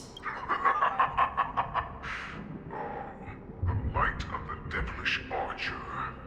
A star of calamity that strikes the ground and leaves only devastation in its wake. In the years that followed, I followed the trail of that light alongside my Cloud Knight allies, and saw it fall countless more times. Gradually, I came to understand. That light was not some shooting star that carried wishes and aspirations. Each Luck's arrow meant that countless lives in a helpless world were about to be obliterated.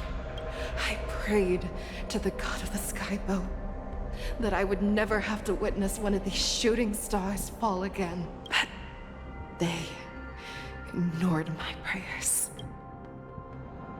That's right. They never answer us. They just let us loose in this world to massacre each other. That is why the fierce battle between us has raged to this day. If the gods who never plead nor cry, who watch silently from above, refuse to listen to the prayers of mortals, then we have no choice but to fight for our own desires. Do you understand now, Saran? You and I were similar in more ways than you think. You are a beast that was born for war and will die for war. Perhaps. So, what is it that you yearn for, Hule? Why is it that you fight? In all honesty, I don't care. Hule is really annoying. I really wish he would just shut up. He's talked too much in this, I think, for me. I fight so that I can turn the stars above into a great wilderness for Borison to roam. But you're telling her that she's allowed to go and murder Borison and make them, like, bow down to the Xianzhou? What? What about you, Saran? So, it just makes no sense. I don't know if anyone else feels this way, but what? I fight so that one day I will never have to witness another shooting star falling to the ground. So that just one more person can live and return to the Yaoqing alongside me. You would resist becoming the person you were supposed to be. Lower yourself from a free wolf to a domesticated fox just for the sake of one person. Then have it your way. I will use your fear and doubt as my nourishment. I will seize you and devour you. I will replace you and become feixiao. We are so similar. Both monsters that were born for war and will die for war. You were right when you said that, Hule. So, I shall pray to the heavens. Even if they do not respond to me, I pray that the arrows of the hunt will pierce the heart of every monster.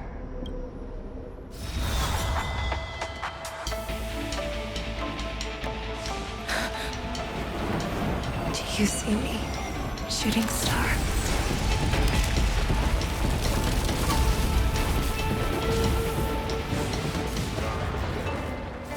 The knights are sworn to protect the Xianzhou. I will uphold this vow until my very last day.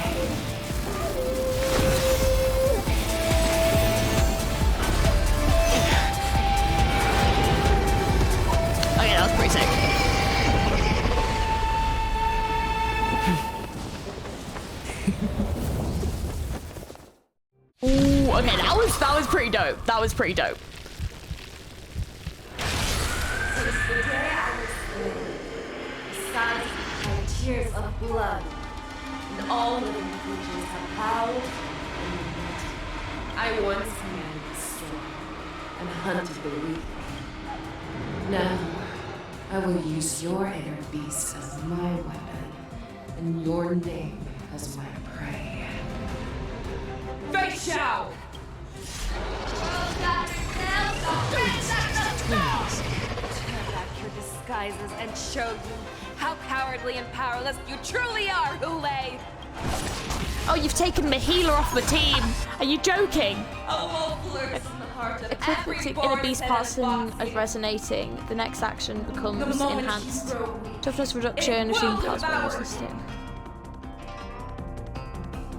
And Foxian. The moment you grow weak, it will devour you. Practice is over. Swords descend!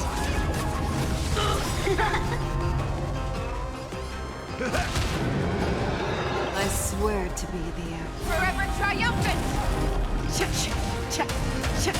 Victory is inevitable! Still waters are pretty. Again. Make your move, Hule. The fearless knows not fear. That won't do. Strike with heart! You. How's this take? Don't worry, it's just a scream. Familiar. And your life will be stolen. Fight to the death, and you shall live forever!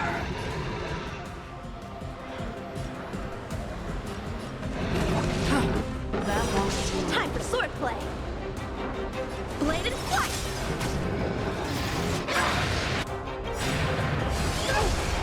5 seconds, my friends. Indulge yourselves! I can breathe easy again. I weep for the departed. It is a fall. Wants to devour. It will first have to beg for my mercy!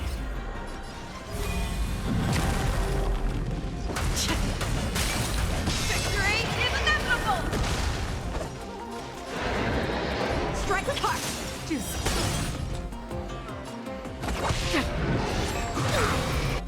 Practice is over. Swords descend. In the mood for another beating? How's this take?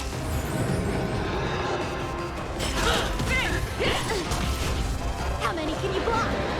Bladed flight. That won't do. Again. Free will, or was it fate?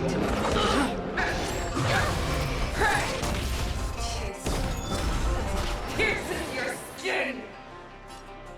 This is the oasis I have experienced for 700 years. Pain!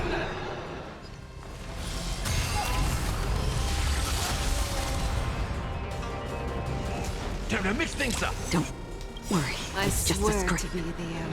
Forever triumphant! Check! Victory is inevitable! Time for swordplay. Strike with heart. Fangs and claws have grown dull!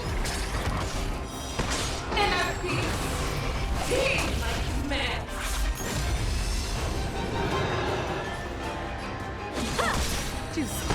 Another journey begins. Destined for oblivion. In the mood for another beating? Make your move, fearless knows not fear! That won't do. Practice is over. Swords descend. Be gone!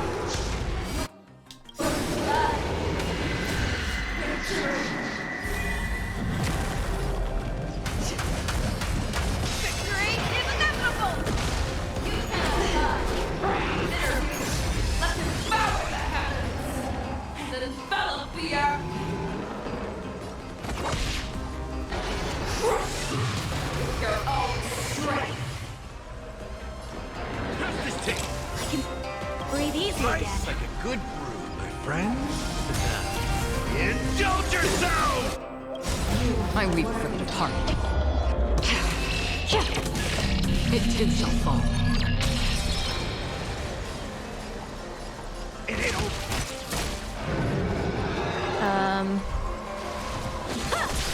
Make your move. Never hesitate.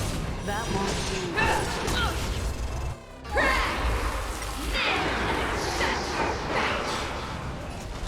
Okay, if you could not, that would be great. In the still waters of oblivion, I guide the wandering souls. Too slow.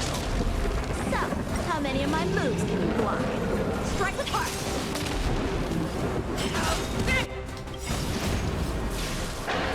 Forever triumphant. Victory is inevitable.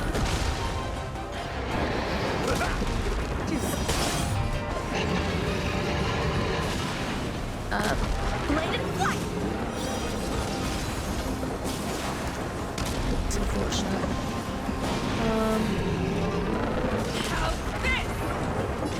Still waters of oblivion. That won't do. Time for swordplay. Make your move. Practice zone. Swords descend. I swear to you. Forever triumphant. Victory is inevitable.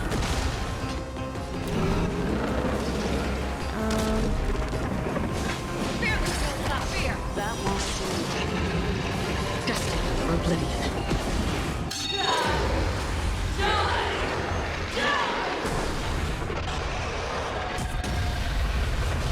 You cannot. How many can you block? Time to mix things up. Don't worry. Nice just as like great. a good, my friends. Indulge yourselves! Thank you. I weep for the departed. Stay safe. It too shall fall. Your move. Time for swordplay. Free will, or was it fate?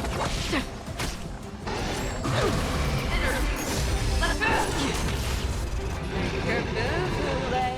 Never hesitate. That won't do.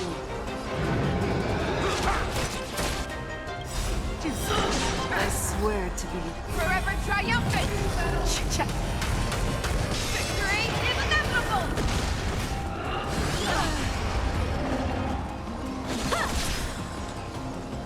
Still waters of oblivion.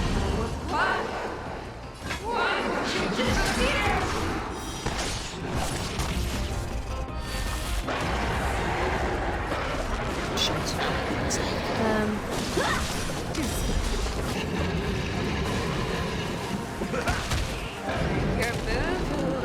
Never hesitate. That won't do. Destined for oblivion. I swear to be. Forever triumphant. Victory is inevitable.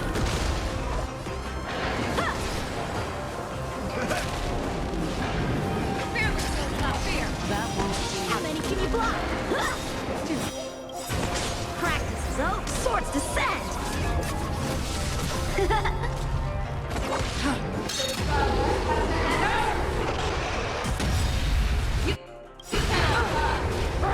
Nice second, my friends. Indulge yourselves!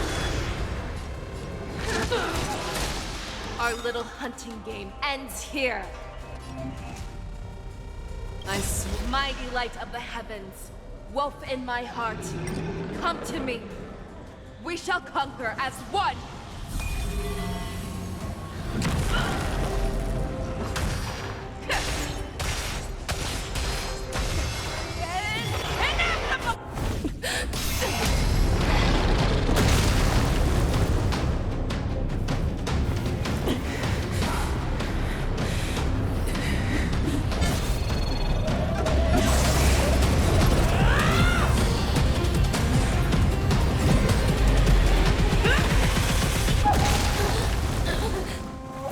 only enemy has always been myself.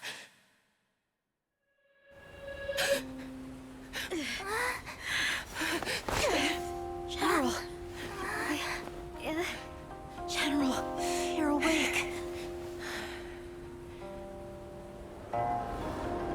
Ooh. That was a cool fight, but also these fights have been fucking awful. The Wolf mission has finally come to a smooth end. Fucking hell.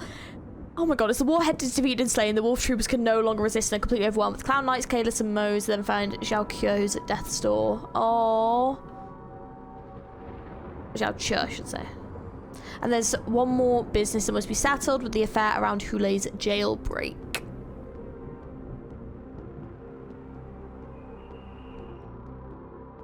Oh man, I've got very mixed feelings on this quest. There's been some like really awesome moments that have definitely been like super peak, but there's also been some stuff where I've been very much like, I don't know how to feel. Ooh, here we go, Lynch's POV. To meet the Vidyadhara preceptors. So yeah, I'm very torn on this one.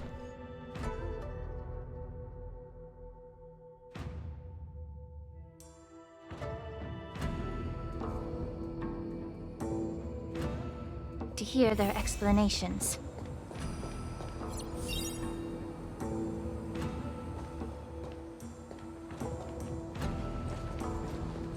Welcome, Miss Lingsha.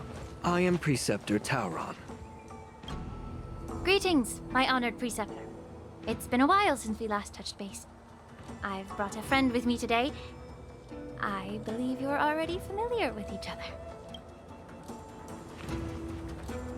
Tauron? What? Elder Tauron? I remember when I was exiled, you were on the verge of passing on. What's with this new look? All of this is thanks to your past life. Had you not been so rash, I wouldn't have had to walk such a dangerous road to free our clan, becoming this specter of my former self. Dan Heng, you've returned twice, but it seems that meeting us fossils wasn't on your agenda. Regrettable indeed. Now here you are to meet me anyway. Life does love its ironies, doesn't it? I didn't come here with Miss Lingsha today to reminisce. Indeed. When the Cauldron Master extends an invitation, it's only proper for the Preceptors to attend. As the newly appointed Cauldron Master, there's been much to take care of within the Alchemy Commission. It's only now that I've had the chance to speak with you. Please forgive the delay, Elder. I sent over some evidence regarding the prison break in the Shackling Prison. I trust you've already looked it over. Yes. You sent us the remains of Mara-struck soldiers, a map of the Shackling Prison, and a semblance reversion essence pill. These are the remains of assassins who used Cloud Hymn magic to conceal their tracks. They aided in the Borisons' escape, allowing them unimpeded passage through the Shackling Prison. That marked-up map is a map of prisoners' escape routes. Vidyadhara craftsmen once made blueprints for the prison's construction, so I imagine, Mr. Tauron, you have a similar map in your possession. This pill is semblance reversion essence. Indeed. I helped plot the prison break in the Shackling Prison. Okay.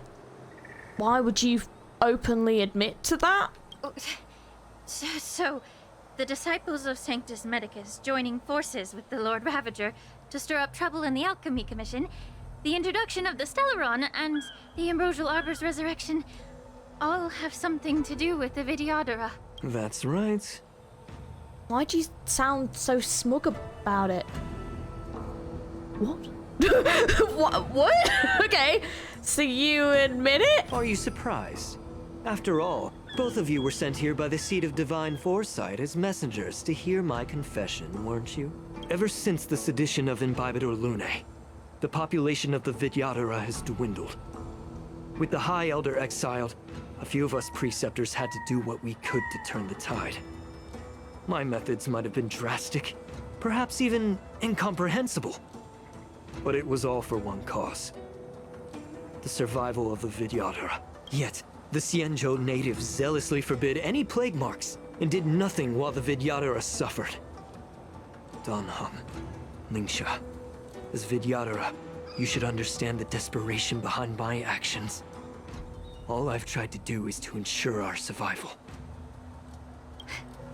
I'm well aware of the challenges the Vidyadhara face. Fighting for survival isn't a sin, but Elder, your actions have gone beyond mere survival. You've become a beast driven solely by the propagation, devoid of even a hint of empathy. Yeah, like he says he's like doing it for the survival of like the Vidyadhara, but for example, like they've got her who's in a position of power, Baiju, no, not Baiju, oh my god, what's her name? The medical woman, the doctor, she's like really respected and works with them as well. Like, she seems quite respected too, you know, and then Dan Hong as well. Like, then, you know, I know that's only 3 examples, but I'm sure there'll be more in the future, but like, they seem to be relatively respected, so I don't know what the issue with the survival is, but like, I don't think they're just actively standing by. It's just you're not maybe in the position of power that you wanted to be back in the day, and you kind of wanted to be back in that position again. So it kind of just sounds like excuses to me. Oh. Despite calling ourselves a noble draconic bloodline, at our core, we're merely bipedal beasts. The survival of our kind is paramount. If I hadn't resorted to beastly actions, the Vidyadhara might not even exist. The sages show no mercy, as the old wisdom goes. When the High Elder abandoned our people's survival, I had to shoulder the world's sins alone. Lingsha, Dan Hong, the past is behind us, but the future of the Vidyadhara still lies within your grasp. The situation on the Xianzhou Luofu has changed rapidly. As Vidyadhara, we must unite in purpose and avoid the mistakes of the previous Imbibitor Lunae. So the way of doing that is to act against the Xianzhou Luofu in your own interest, like Imbibitor Lunae did. What? That just doesn't make much sense. I was initially skeptical about the Vidyadhara's betrayal of the Alliance. But after hearing your confession, I realized that there is no point in talking about trust. Breaking the covenant of our alliance will bring war upon the Vidyadhara. Even if we are able to have offspring again, what difference will it make? Once my plan succeeds, the Alliance will see the Vidyadhara as their saviors, because both parties ultimately share the same interests. So now that survival won't convince us, you want to talk about interests? For 1,000 years, the Alliance has been engaged in brutal warfare against the denizens of abundance. Yet victory has remained beyond reach. Have you ever wondered why? Should the Alliance emerge victorious, they will inevitably become the next denizens of abundance. However, if they suffer defeat, the Alliance will face extinction. Thus, the Alliance has deceitfully upheld this precarious balance. However, I have a way to escape from this dilemma. The Alliance's path to salvation lies within the secret of dragon transmutation. Imagine if there were a way to transform other life forms into Vidyadhara. The Alliance would then possess an endless stream of soldiers and would not need to worry about casualties. Once the war ended, these soldiers would cease reproduction, eliminating concerns of overpopulation. This is the way to salvation for the Xianzhou Alliance. The ultimate path to end the universe's suffering under the immortality plague. Only we, the Vidyadhara, can achieve this. So, you relied on this rhetoric to manipulate the ignorant members of the Vidyadhara into serving you. I am deeply disappointed in you, Elder. Your thoughts and intentions are completely devoid of empathy. Cloud Knights! Hold it!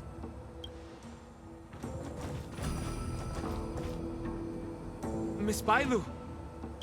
Mr. Dan Hong and Sister Ling Sha! Everyone's here? You think I don't know why you're really here? Jing Yuan sent you here to test me, didn't he? According to the oath between the Alliance and the Vidyadhara, it's forbidden to spill Vidyadhara blood on their own territory. Are you all ready to violate this oath in the presence of the Lawfu's High Elder? Dragon Lady, there's no need to panic. Elder, the Vidyadhara's sacred grounds and the High Elder are not to be used as pawns in exchange for your life. You talk a big game. As if you have the nation and the people's best interests at heart. But when it really matters, you use a small girl as your shield. It's ridiculously pitiful. I've said it before. Survival is never a sin. We're all Vidyadhara, so you should understand my intentions. And as a Vidyadhara, I will leave for you a dignified solution. Leave the Scale Gorge waterscape immediately, and appeal to the top echelons of the Alliance. Let the 6 charioteers hold a trial, and sentence me to exuviation and rebirth. You wish for rebirth? I see right through your plans, Mr. Tauron. Vidyadhara rebirth erases past crimes, but I'm well aware of the Preceptor's dirty tricks during rebirth. You might not be you, but you will still be you. I won't forgive myself for past sins under the pretext of knowing nothing, nor will I allow you to evade accountability. Dan Heng, I've always disliked your inability to see the bigger picture. Rebirth hasn't changed you one bit. Miss Bailu, as High Elder of the Lawfu Vidyadhara, please share your thoughts at this moment. I don't want to stay here. I'm tired of being pushed around. I'm not some puppet to be controlled. Please, take me away with you. I understand. As the oath dictates, members of the Alliance are forbidden from harming Vidyadhara here. But I've long since severed ties with the Alliance. Right now, I'm simply a nameless, free to come and go as I please. The oath of the Xianzhou means nothing to the spear in my hand.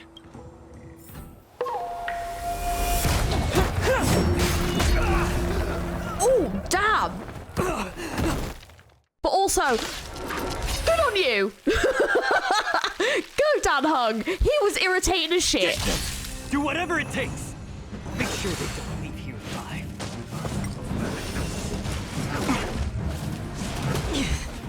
The stench of evil. Be of your body and mind.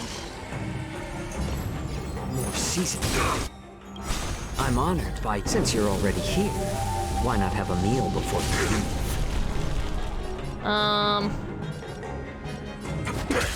Free will, or was it fate? Destined for oblivion. She would have to follow with me, unfortunately, but oh well. I weep for the departed. It too shall fall.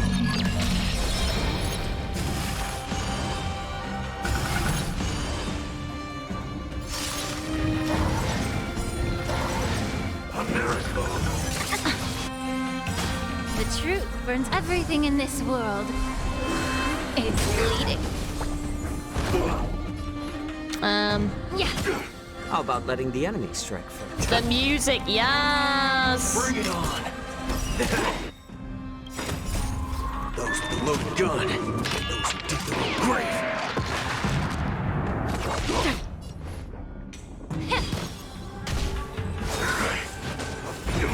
It's just a tween on massage. It's better to make a little more heat. All you stand still. Secret of the safe. May the foul stench dissipate. Time to cleanse the filth. The truth burns everything in this world. It's bleeding. More seasoned. I'm honored, but since you're already here, why not have a meal before you leave? I weep for the departed. It too shall fall. That's half the work. Waiting in line for let's duel. Time's up.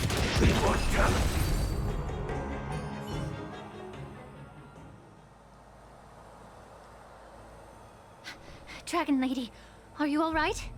I'm I'm fine. Thank you for rescuing me.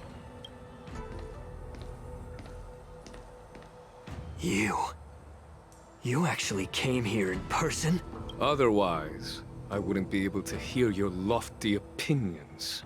The public trial you seek with the 6 charioteers is inevitable. In addition, I'll write to the sage queller of the Feng Hu. With her hatred for evil, I'm sure she will make a just decision. If it's her, she will earn the respect and assent of all the Vidyadhara on the Lafu. In terms of martial prowess, you indeed have the upper hand. But if you're under the impression that this advantage can be used to settle the score with us preceptors,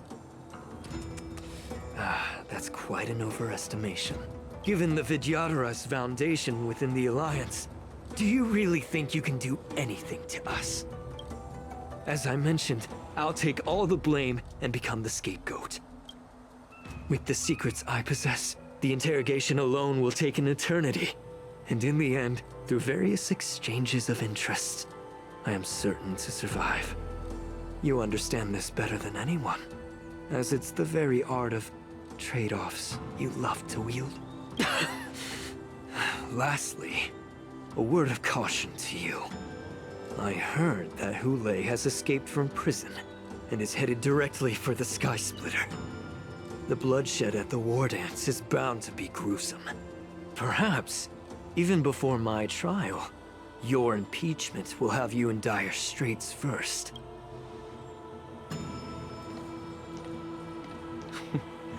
Regrettably, Mr. Taoran, the Sky Splitter only hosted Cloud Knights today. No audience. And just moments ago, Hule was executed by the Cloud Knights.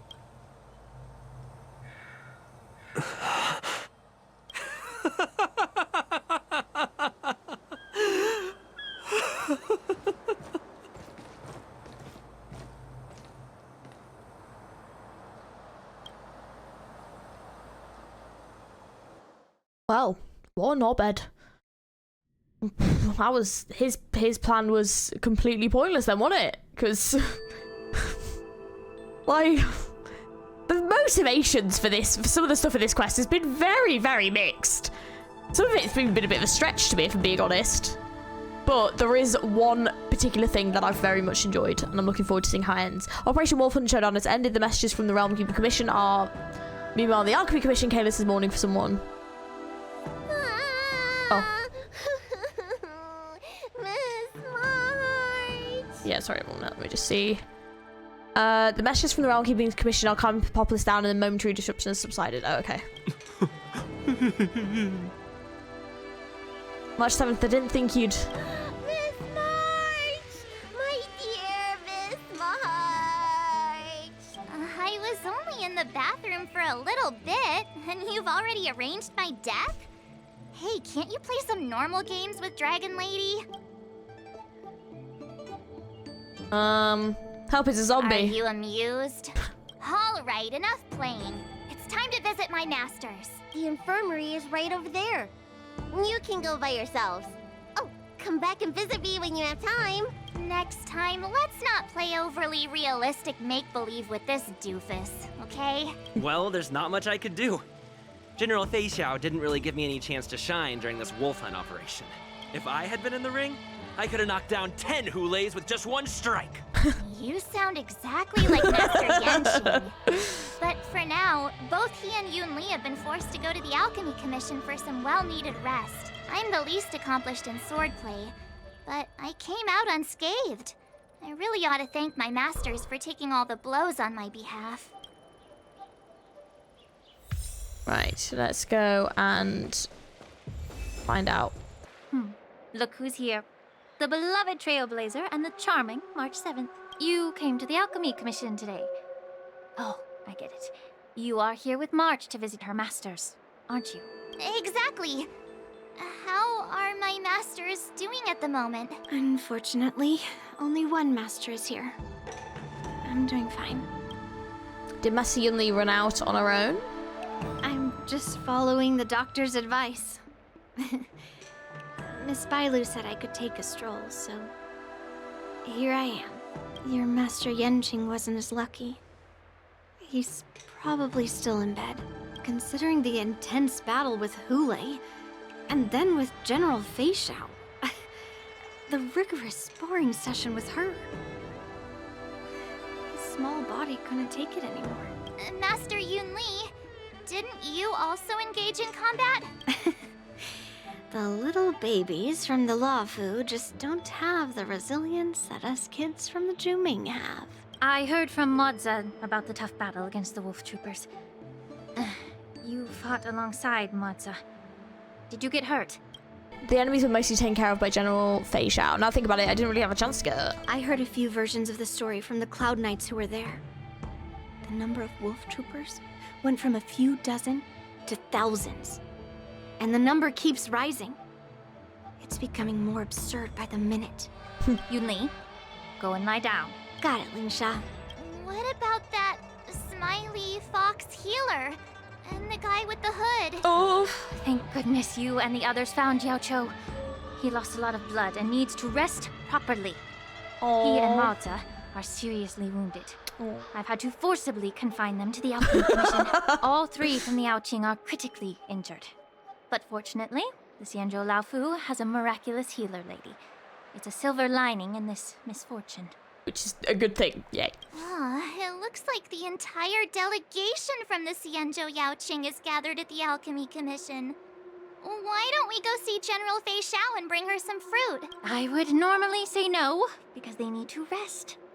But alas, what can you do when the two of them have a leader who is just as restless? General Feixiao just slipped out of the recovery room. She thinks she's so sneaky, but I know everything that happens in the Alchemy Commission. If you're looking to meet her, the luminescent depths might be your best bet. I spotted her heading that way earlier.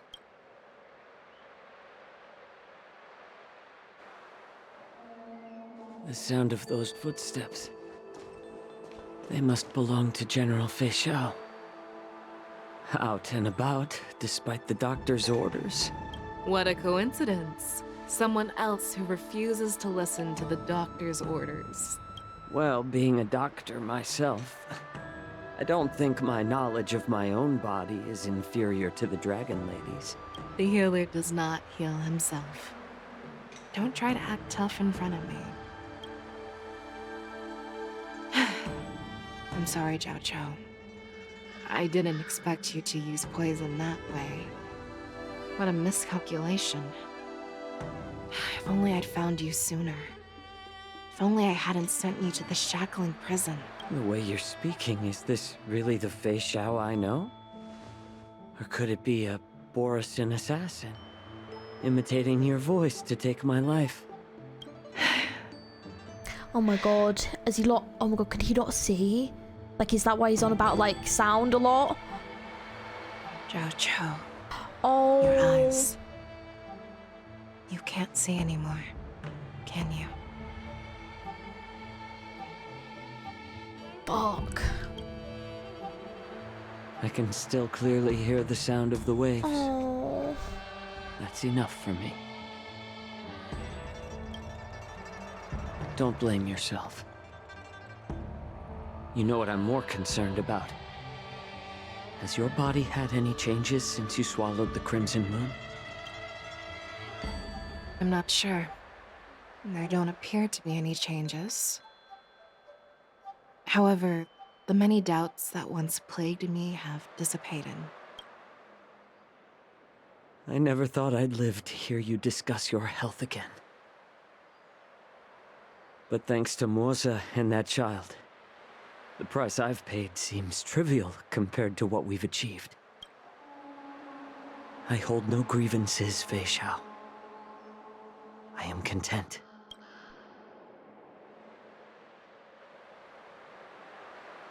I don't know how to offer words of comfort, nor do I know much about curing others' ailments. I am just a warrior, so my pledge to you is simple. An eye for an eye. So you were here too. Oh, I think he was watching him to, like, make sure he was alright. Oh, Moses changed so much in the first half of this quest. What the hell? I need to talk about this because I feel I've got opinions on this quest. It's honestly, what a journey. In this vast universe, there's bound to be someone who can heal your eyes. I'll find them. But until then... The threat behind all this chaos needs to be dealt with. You must already have some ideas. Let them out. The resurgence of the Sanctus Medicus and the gathering of the Borsen are merely distractions orchestrated by an unseen force, meant to divide the Alliance's attention. Unfortunately, they picked the wrong fight this time. Once we return to the Yaoqing, I'll personally lead the Verdant Knights into battle. I vow to take down a Lord Ravager and teach the Ruined Legion the true meaning of the hunt.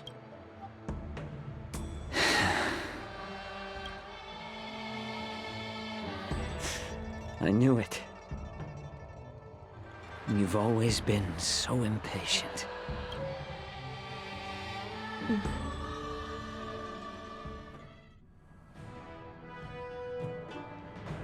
Seat of Divine Foresight.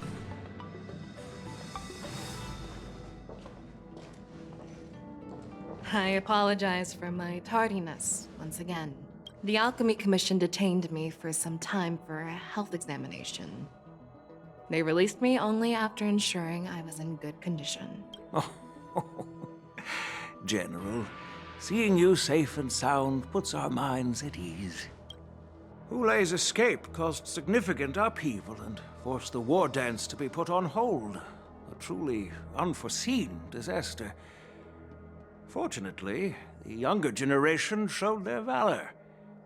They bravely tackled the crisis, putting an end to the disaster and providing a glimmer of hope in a dire situation. Before Master Diviner Fu Xuan's departure for the Yutre, I consulted with her about the war dance. She left a note stating, "The hexagram oscillates between thunder and heaven, a sign of great power," assuring us that we would successfully navigate any challenges. She advised me to trust the younger generation's abilities and let them lead. Her predictions, it appears, have come true. It's just... the Xianzhou Luofu's long-standing duty of keeping Hulei imprisoned ended with his death on the Sky Splitter. This event is likely to bring much criticism from the Alliance's upper ranks. However, Hulei's demise might actually be a blessing in disguise. Broadcasting this news could derail the Borsen's resurgence and quash the ambitions of those who wish to take advantage of his return. Hand over Hulei's remains to the Xianzhou Yaoqing, and I'll handle the explanations to the Alliance. But what about the war dance? While the Wolf Hunt mission was a success, the events on the Sky Splitter remain a secret. However, the news of the Borsen's attacks on the streets will spread like wildfire. The war dance was interrupted, so it must be reconvened. As for the people who witnessed the attacks, beyond placating them, we also need to show them the Xianzhou Cloud Knights' fearless dedication. On the war dance's opening day, Rogue Borison attempted to stir up panic, but was swiftly neutralized by the Merlin's Claw and the Cloud Knights. A genuine tale of heroism that will captivate and calm the public. As Elder Huayan suggests, the Luofu will do its best to heal the wounded and compensate those who were affected. We aim to reopen the war dance in the coming weeks. This settles the immediate concerns. Well, that's 2.6 then. My thoughts linger on For the sure. orchestrator behind these events. I'm guessing. From the onset of the Ambrosial Arbor crisis, the Xianzhou Luofu has experienced numerous disturbances, directly linked to the Lord Ravager Fantelia. Her attempt to infiltrate the Xianzhou with the Borsen and sway the Luofu preceptors to join the Sanctus Medicus's insurrection was unsuccessful. But I have a feeling that she is indifferent to the success of her plans. Rather than outright victory, Fantelia's motives seem to lie in breeding discord and chaos among allies. Should the Alliance fail to mend these rifts, it risks disintegrating into a pile of sand. The goal of the Xianzhou Alliance has not changed for thousands of years. Perhaps we should point the weapon in our hand toward this new adversary. I plan to bring this matter before the Marshal following the war dance. With Elder Huayan's insight, one wonders how the Marshal will react. It's clear we're engaged in a game of chess not seen in thousands of Amber eras. A game where even the strategists become pawns in battle. Where the stakes are as high as the fates of countless stars in the sky. Predicting the Marshal's decision is beyond me, yet she's well aware of our concerns. She has tasked General Yaoguang with performing extrapolations day and night to gauge the situation comprehensively. We gathered today not just to tackle the Luofu's predicaments, but also to address a matter requiring our collective presence. Yaoguang has sent a message from the Xianzhou Yuchui, informing us that she wishes to share the results of recent calculations she made within the Matrix. Jingyuan, I'd like to borrow the seat of Divine Foresight's chessboard for this purpose. The ancient bell has been struck in the depths of the Xianzhou Yuqing. Its sound waves rippling. The light bursts forth from chessboards. Hello, everyone. It's been a long time. Over 3 decades have passed since we last convened.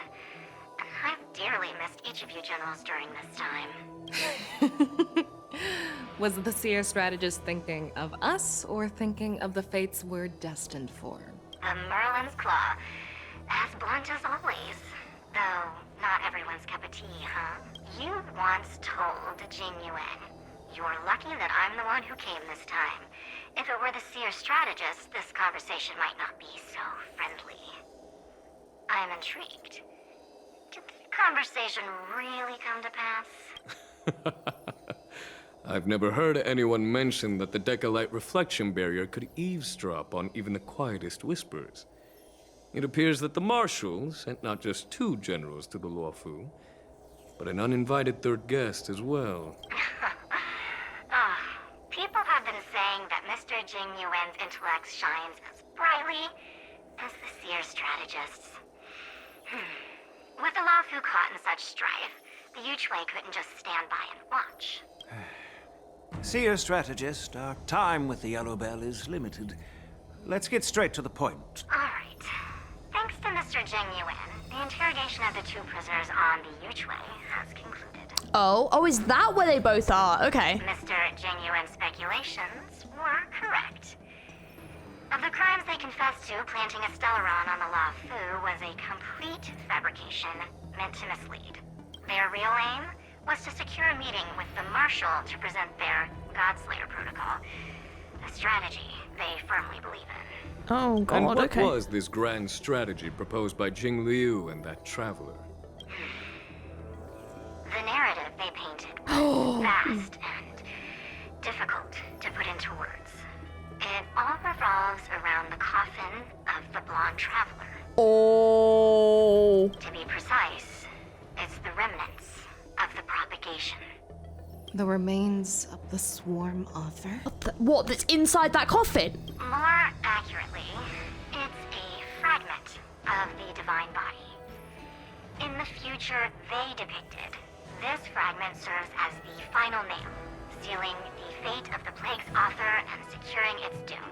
Before reaching that point, battling the gods necessitates a larger alliance. Hence, they sought out an ally for the Xianzhou. I assume you've all heard of the famed Genius Society member number 81, Ron Mei, haven't you?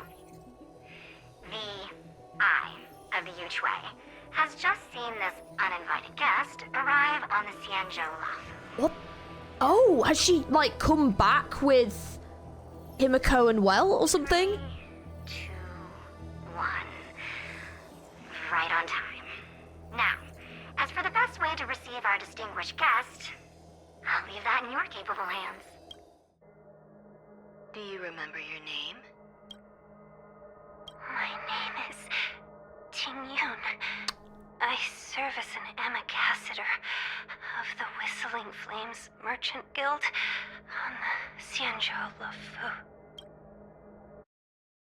Wait, what the fuck? Wait, why? Wait, what?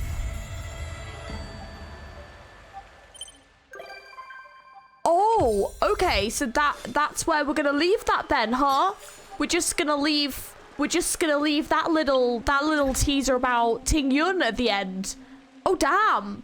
So that quest was pretty intriguing. I think that there were definitely aspects of it that I liked and aspects of it that I didn't like. Overall, it was a decent story. I think the thing that kind of annoyed me about it was that Hule kept sort of changing his motivations and his kind of like morals and stuff, especially when he was talking to Feixiao at the end, and his whole like motivation for, you know, taking over the Borisin and then kind of like joining back up with them again, and then actually it turned out that he actually had a plan this whole time, that he was going to give Feixiao the heart so then she could take over, and then was like encouraging her, and then when she refused was like, I'm just gonna take over your body then and do it, and it just really just kind of like, his motivations were just like all over the place. And I think that, you know, he's meant to be this, like, brutal warlord. I kind of just wanted him to just be a brutal warlord, you know? Like, just be absolutely brutal. And instead, he just felt like a very disapproving, like, leader figure. And he was just talking so much. Like, he just if he was able to literally turn the people into Borsins this whole time, why was he just not doing that as soon as he could to start building up his new group again as quickly as possible? It just was like, you know, why do you just keep talking too much? Like, it was way too much talking. Oh my god. I think there was way too much talking throughout that whole quest, actually. That was a very, like, talking heavy quest, almost too much so. I think that I liked Feixiao's role in it. I thought she was a really interesting character. It was great to see her powers. I didn't particularly understand why she felt like she had to eat the Crimson Heart. They didn't even attempt to destroy it, and also how did they even know what it was, considering that it was like a secret legend through the Borsin leaders and only the leaders would have understood what it was, is what he said, right? So how did she know what it was? And then why would she eat it in the first place, kind of knowing what it might do? Because then she was like, oh, well, like, when it does something to me, you'll have to, like, defeat me. So then how did she know that? That was a bit confusing. And then Mose had, like, completely 360'd on his Jiaoqui feelings from the first part. I mean, the little shipper in me is quite happy about it, if I'm being honest, because in the first part he was like, yeah, Jiaoqi's on his own, he's probably dead, good luck to him. And then in this part, he was like, I need to save him. And I was like, oh my god, like, shipping it a little bit. Yes, I am. I quite enjoyed. It was good to see his character like this. It definitely made him a lot more likable, which I enjoyed. So yeah, Moser, yes. The highlight of this, though, was Jiaoqui. Oh my god, the voice acting, absolute perfection. The actual story where he went through the journey, the interactions with Hule were probably the best bits of this whole quest. Like, his whole journey, the flashback to him being the healer for the previous general, and why he was so dedicated to saving Feixiao. I love that. I think it was really great in the fact that then they managed to save Feixiao, and then she's wants to help him get his eyesight back. I do love that. I think that whole trio of, like, Feixiao, Yaoqui, and Moser, oh my god, brilliant. Such good characters. Very much enjoyed the interactions. Really good. The other thing that I really liked that they actually improved on in this second part was Yunli's character. Oh, she was so much better in this part, 100%. So much better. She was a lot sweeter. I think the voice acting for me felt a lot better. I don't know why, just to me, the voice acting was a lot better this part. It wasn't bad the first part, I just think that it didn't suit her as much, whereas in this half, she felt a lot younger, and the voice, I think, fitted her a lot more. So yeah, I think she was really good in this part. I liked the way that she was interacting with March. I liked that she was kind of trying to take charge in certain areas, and she was working together with Yao Qing, and there were like the little digs like friends and stuff, but it wasn't like that awful bickering from the first part that was just like, please stop, because it's just like getting really old really quick. So I genuinely enjoyed her parts in this, and Yanqing as well, he was like popping off. Like, I'm really glad to see that he is growing so much as a character, and it was awesome. Like, some of the stuff he did, he's genuinely getting stronger, and it's like awesome to see that development in his character. So I very much enjoyed that.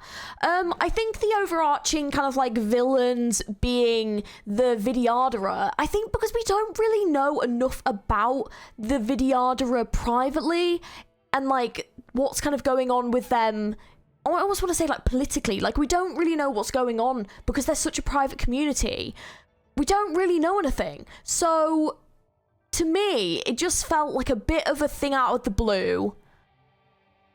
And it was just kind of like, oh, like, it's these guys? Like, why? And then it's like, so then we can make people turn into Vidyadharas so that we can survive. And it's like, we didn't even know there was a problem with the Vidyadharas. We didn't even know there was an issue. Like, if we had met the Vidyadharas at the beginning of the quest or something, and we had like walked into the room and they were like having a meeting with Jing Yuan and like having an argument or something like that, it would have just given that bit of context. So for it to just be the Vidyadharas, to me, just felt really out of the blue. I don't know if anyone else felt like that, but yeah, just the motivations just felt really weird, and we don't really know a lot about the preceptors and like their role in the entire of the Xianzhou Law Fu. It just felt very out of the blue. So yeah, a bit disappointing. I think they probably could have just not had that, or just had it be like someone that we kind of knew, which would have been interesting. Lingsha, same again, was a very interesting character, but it was a bit of a shame that they kind of built her up to have this kind of like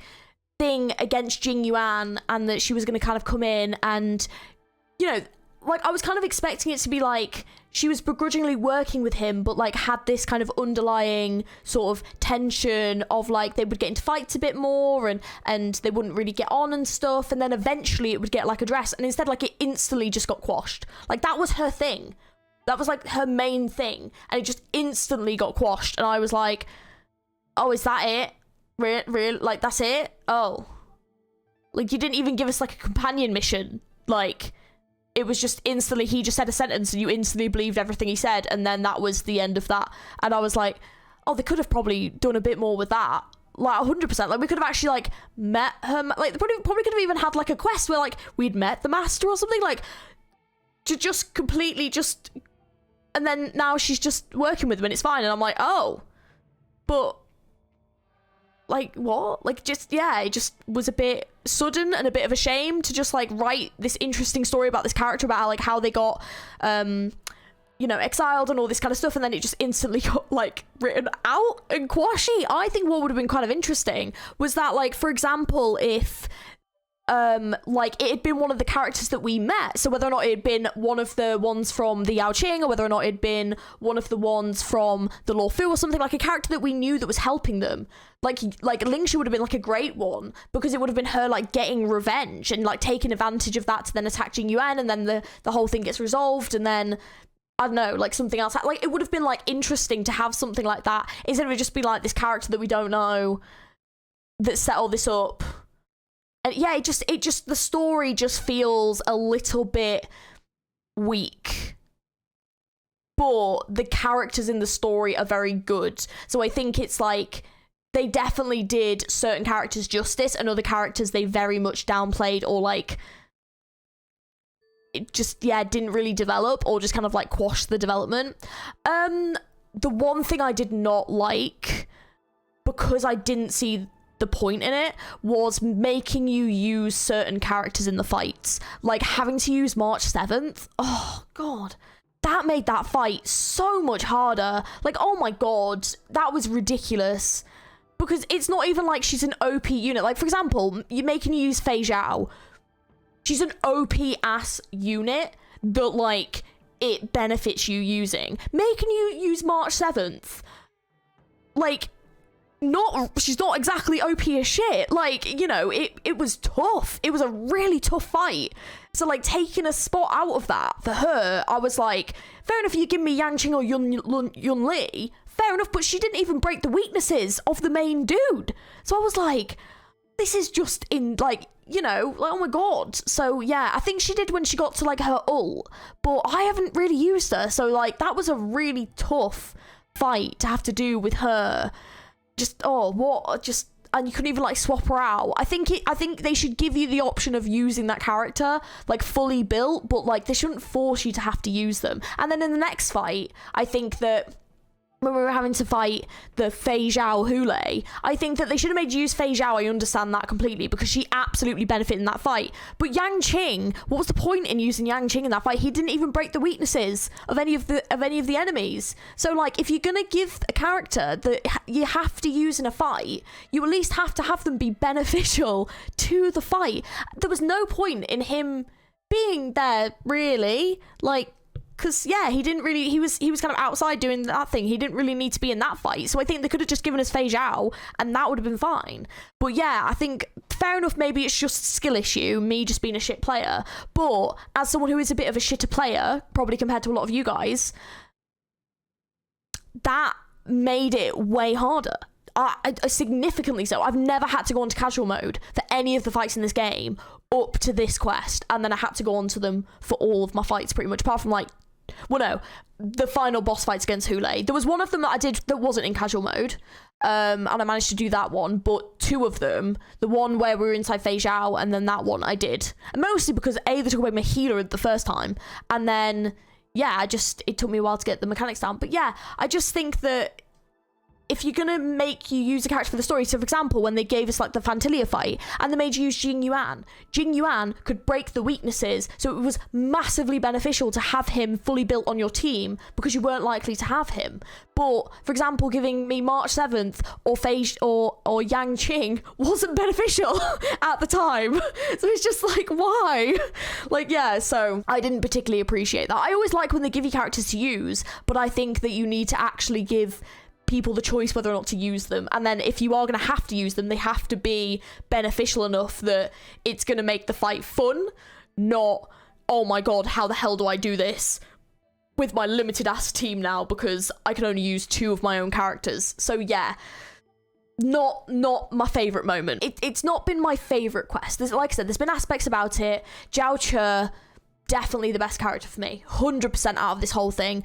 I love him. I'm really sad that he's gone blind. I feel like he's had a full story that's been told in this entire thing, and I feel like the voice acting was just so incredible to put those emotions across, and I really like that he is now like feels better about stuff and is like satisfied that he's like gotten to help feixiao and he's gotten some form of closure and like this revenge on Hule and stuff, and it was like such like a powerful moment for him, and I'm like really glad because he's such a good character. So I'm looking forward to seeing more of him in the future. I really hope they do more with him in the future, and I'm so glad that I got him because I love using him. So yeah, he was definitely the biggest highlight for me. feixiao as well is very, very good, but the highlight for me has to be JIAOQUI. He was incredible in this quest. So yeah, that's my overall opinion. It's a little bit disjointed, I do apologise, but I didn't think I was going to be sitting here for 5 hours playing this whole thing and struggling with some of the fights. So yeah, it's taken me a while to do this one, but thank you very much for watching. I hope you enjoyed. What did you think of this quest line? Let me know down in the comments below. Also, what did you think of the reveal at the end? I'm glad they finally brought up about the Luchoa and Jingliu stuff. I'm really curious about the propagation and also how that's going to tie into Ruin Mei, because obviously we know that Ruin Mei was experimenting with that, so that is well interesting. The only thing I will say is Ting Yun is probably going to be alive.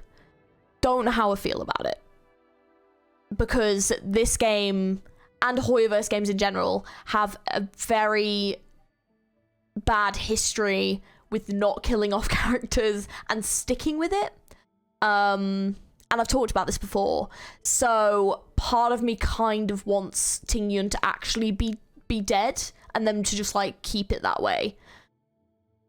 Because otherwise the only two characters that we've actually had that have died have been the Watchmaker, well, Mikhail, and Gallagher, who technically didn't really exist in the real world anyway. Yeah, so I'm a little bit like, I kind of want them to keep Ting Yun dead, but I also don't think they will. I think she'll be coming back in probably the next Trailblaze continuance. I don't think it'll be in 2.6. I don't know what they're going to do next, but I'm hoping next they're actually going to give us the Himiko Well stuff with Ruin Mei, because if Ruin Mei's rocking up, I want to know what's happened there. So I'm hoping we'll actually almost like flash back to that stuff. I would love that. Even if it's just for one quest, I want that. I want to know what's happened. So I really hope so. But anyways, if you enjoyed this, please don't forget to like the video and subscribe. Plenty more content on this channel, especially with Honkai Star Rail. Let me know your thoughts down in the comments below. And if you also want to, I do have a Discord and I do have Twitter. So if you want to follow me on those, you're more than welcome. That would be amazing. Thank you very much. Thanks for watching, and I'll catch you very, very soon. Hope you have an amazing rest of your day. Bye.